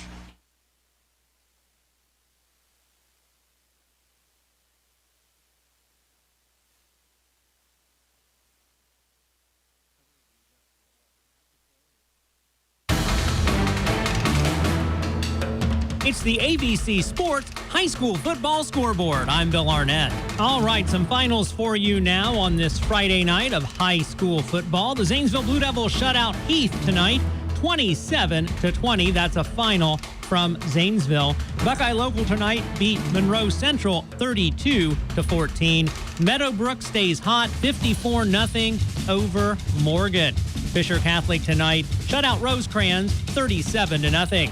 Game still in progress. Cambridge leading Bellaire 31-20.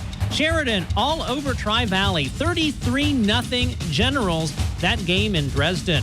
Riverview shutting out Barnesville 27-0. Philo and John Glenn going to the fourth quarter. Muskies 21, Electric 17. Shenandoah leading Northridge for homecoming 30-11 Zeps.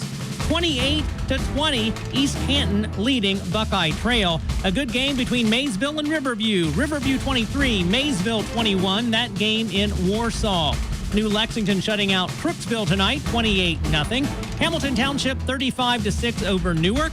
Caldwell scores in the fourth quarter, leading Bern Union now 18-13. Coshocton over West Muskingum 36-16. And then on Thursday night, it was St. Clairsville 41, Indian Creek 7. We'll have the next scoreboard update shortly. I'm Bill Arnett, ABC Sports. You don't always think about it, but our military members surround us every day. Whether they're active duty, veterans, surviving spouses, these folks have given up a lot to keep us safe. Abels would like to thank those individuals who live in Muskingum, Guernsey, Morgan, Noble, or Perry County in the best way they know how, by providing warmth and comfort to 2 individuals in need of a new electric or gas furnace before winter begins. For more information and to complete an application before October 17th, visit heatforourheroes.com. Abels Heating, Cooling, Electric, and Refrigeration. One company, one goal. Your comfort. Southeastern Med understands that you've been putting off a lot during the stay-at-home order, including wellness checkups with your doctor. Superior Med Family Practice Cambridge, Office of Doctors Now, Collingwood and Lilco, and Caldwell Office of Becky Hall NP are open and offering telehealth visits if you prefer. Southeastern Med is focused on your safety. We are your community hospital. Visit seormc.org to learn more. Members of Guernsey Muskingum Electric Cooperative love Southeast Ohio, where the hills roll, the roads are crooked, and the trees are plentiful. Keeping the lights on in our beautiful corner of the state is a challenge Guernsey Muskingum gladly accepts and works hard to accomplish. Safety and reliable electricity at a reasonable cost are always our top priorities. It's our way of keeping the lights on for all members of Guernsey Muskingum Electric Cooperative, a Touchstone Energy Cooperative. Are you paying too much for homeowners insurance? Has your insurance company raised your deductible? Hi, this is John Valentine with Valentine Insurance. Many people can't accurately answer these questions. With many premiums escrowed into mortgages, homeowners don't pay attention to changes to their policies anymore. It's time you visit Valentine Insurance for a true, no-obligation review of your insurance policy. Call 994-1776 or stop by our office at 739 Southgate Parkway in Cambridge. Take a drive out U.S. Route 22 to the Winterset Kitchen for Amish-style cooking with daily specials and homemade desserts. Minutes past the Salt Fork entrance. That's the Winterset Kitchen. I was sitting in my car, and it wouldn't start. I lifted the hood, and the engine was falling apart. What would I do? My eyes filled with tears. Then on the radio, I heard of West 40 by Pay here, where for a little money down and a little each week, I could have a car, nice, shiny, and sleek. So I walked in the door, and I put the money down. Now I got a nice car that I can drive around. West 40 by Pay here will help rebuild your credit. The corner of Dewey and Route 40 in Cambridge, don't you forget it. West 40 Auto Sales, corner of Route 40 and Dewey Avenue in Cambridge, is home of the guaranteed credit approval, with most loans approved while you wait. Go to their website to fill out an online loan application, west40autosales.com. You'll also find their weekly special listed there.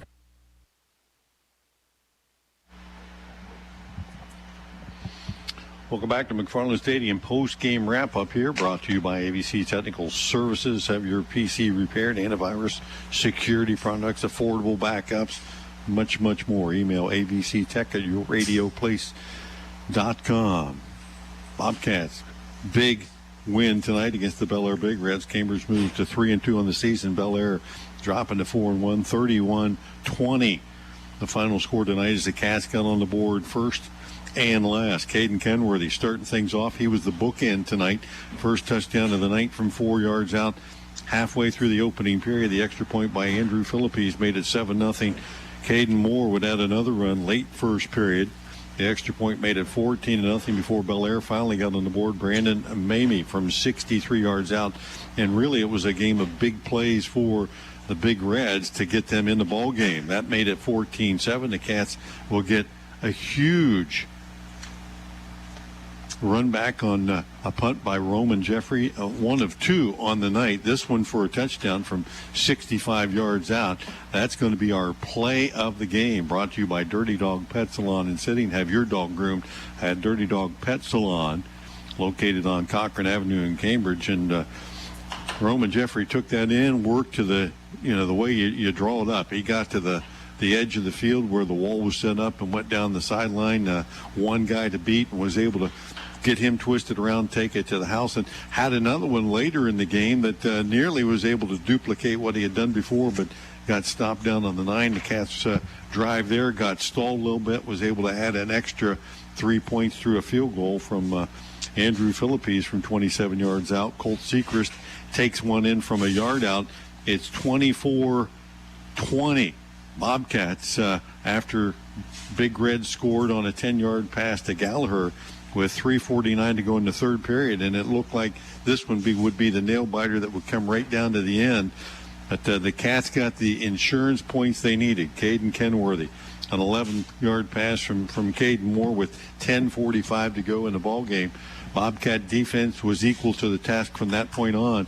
They stopped the Big Reds twice on downs in the final 6 minutes to put win number 3 on the board for the Cats and pretty much punch a home field advantage, at least for the first round or two of the playoff.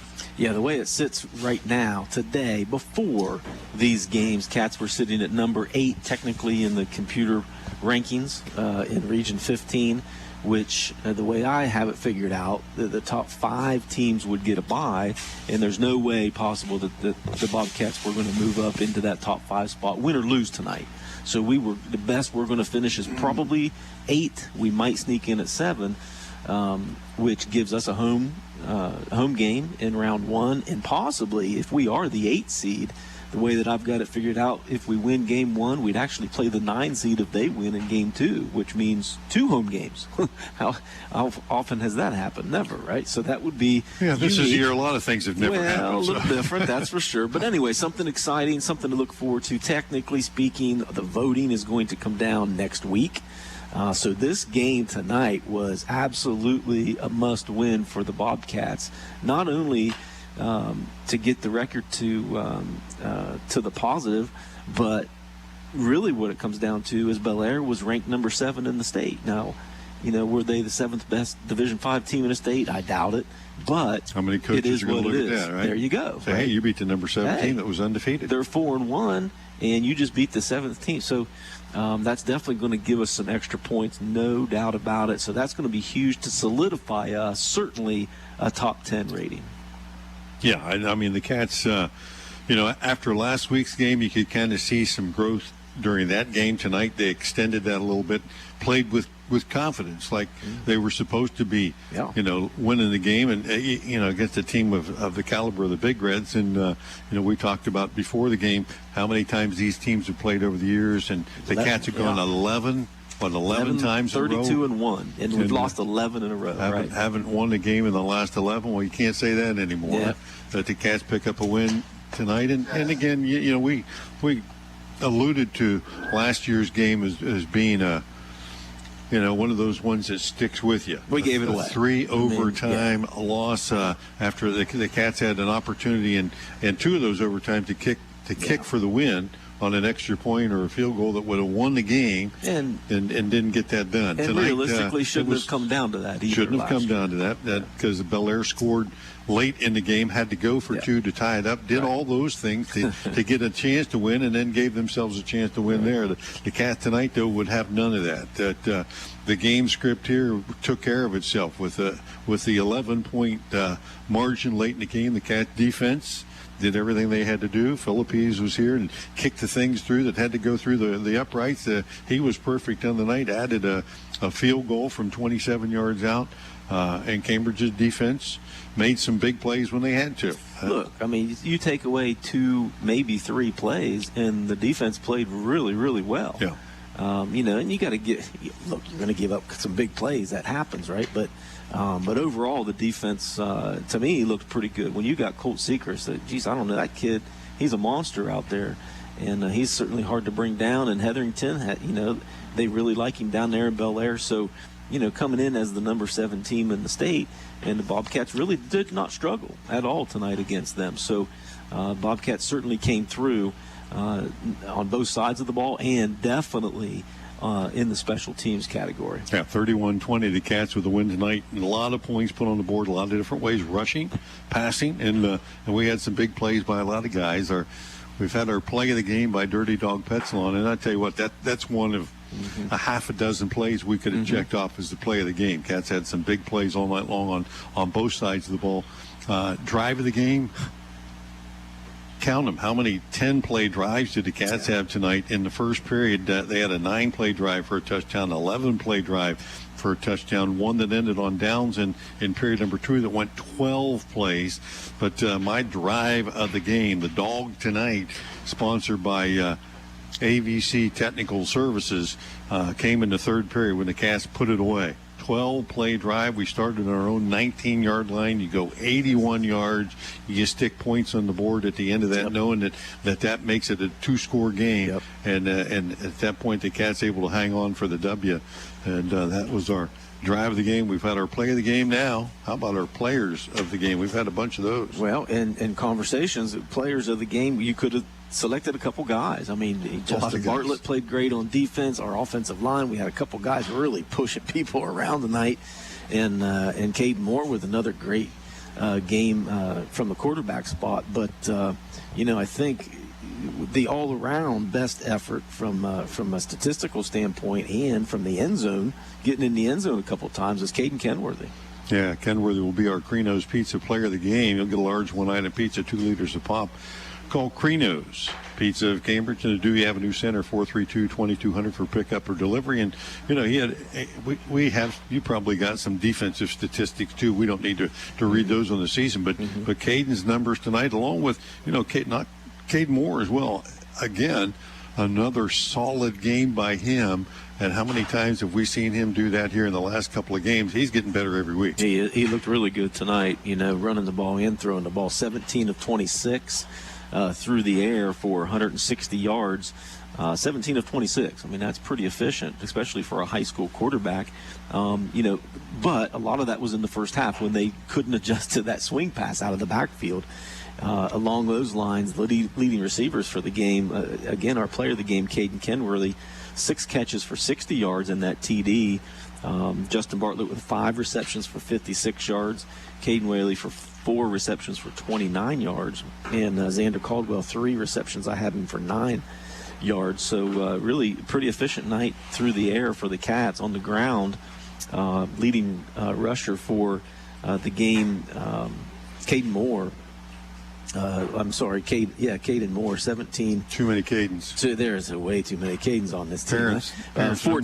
14 rushes for 55 yards, but Kaden Whaley, 13 rushes for 67 yards. He carried the weight tonight, really, from Logan Mobilini being out. But let's don't forget Kaden Kenworthy with 10 carries for 34 yards. So overall, the Cats, 40 rushes for 156 yards on the ground. I'm not real good at math. That's why I've got this calculator. That's 3.9 yards per carry. There's nothing wrong with that, especially in a game like this when you can keep the ball 10, 12 play drives and put 6 on the board and put the pressure on Bellaire. That was the difference in the game. But again, all around great effort offensively, defensively, and certainly special teams. So the unusual, we didn't mention our lineman of the game tonight. Guernsey Muskingum Electric sponsors a Power Lineman of the Week. They'll get a T-shirt that will be 3 sizes too big from Guernsey Muskingum Electric. But, hey, they get a T-shirt that says, I'm the Power Lineman.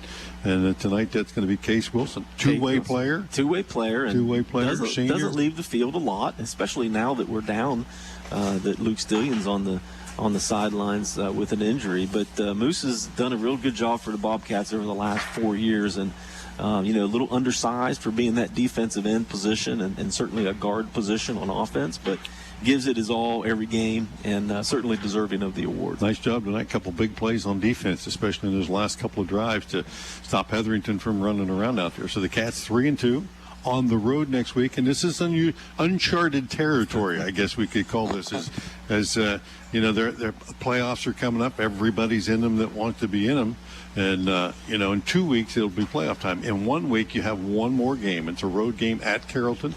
We'll have that call for you here on the radio. No streaming video, but we'll have all the action for you from Carrollton, Ohio. And really a game that at that point won't matter whether you win or lose. I mean, you want to win them all, and that's one that the Cats should win.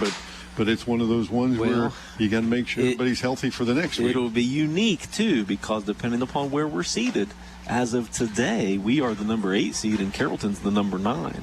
Again, if it finishes that way, and we may see each other in round 2, so how much do you want to give away and play the same team twice in a meaningless game technically?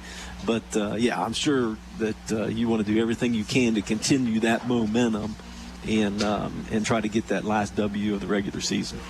Hey, we want to thank the guys every week that make this possible. Rick Sabine back at the station there, our engineer calling all the shots, and here on site, our streaming, I don't know what you call him. I don't want to say guru, whatever it is, Adam Green.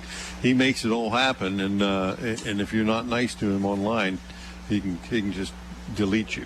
So we don't want that. We call him the deleter. Yes. 31-20 final score tonight. Cats with the win. Johnny Valentine will be with me next week. We got to make a road trip, but this has been fun having a nice little homestand. Yeah, definitely. And field's in great shape. Especially the field looks great. Beautiful evening here at McFarland Stadium. And technically speaking, the last regular season home game for these seniors. Pretty special night, military night. You saw the uniforms as well, but certainly been nice to be at home the last few weeks. We'll be on the road next week. Hope you join us. Final score again tonight. Cambridge with a W, 31-20. For the ABC Sports Team, till next week, I'm Bill Kafuri. Talk to you then. Good night.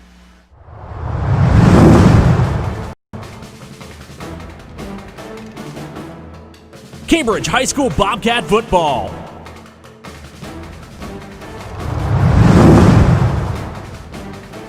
This has been a presentation of ABC Sports.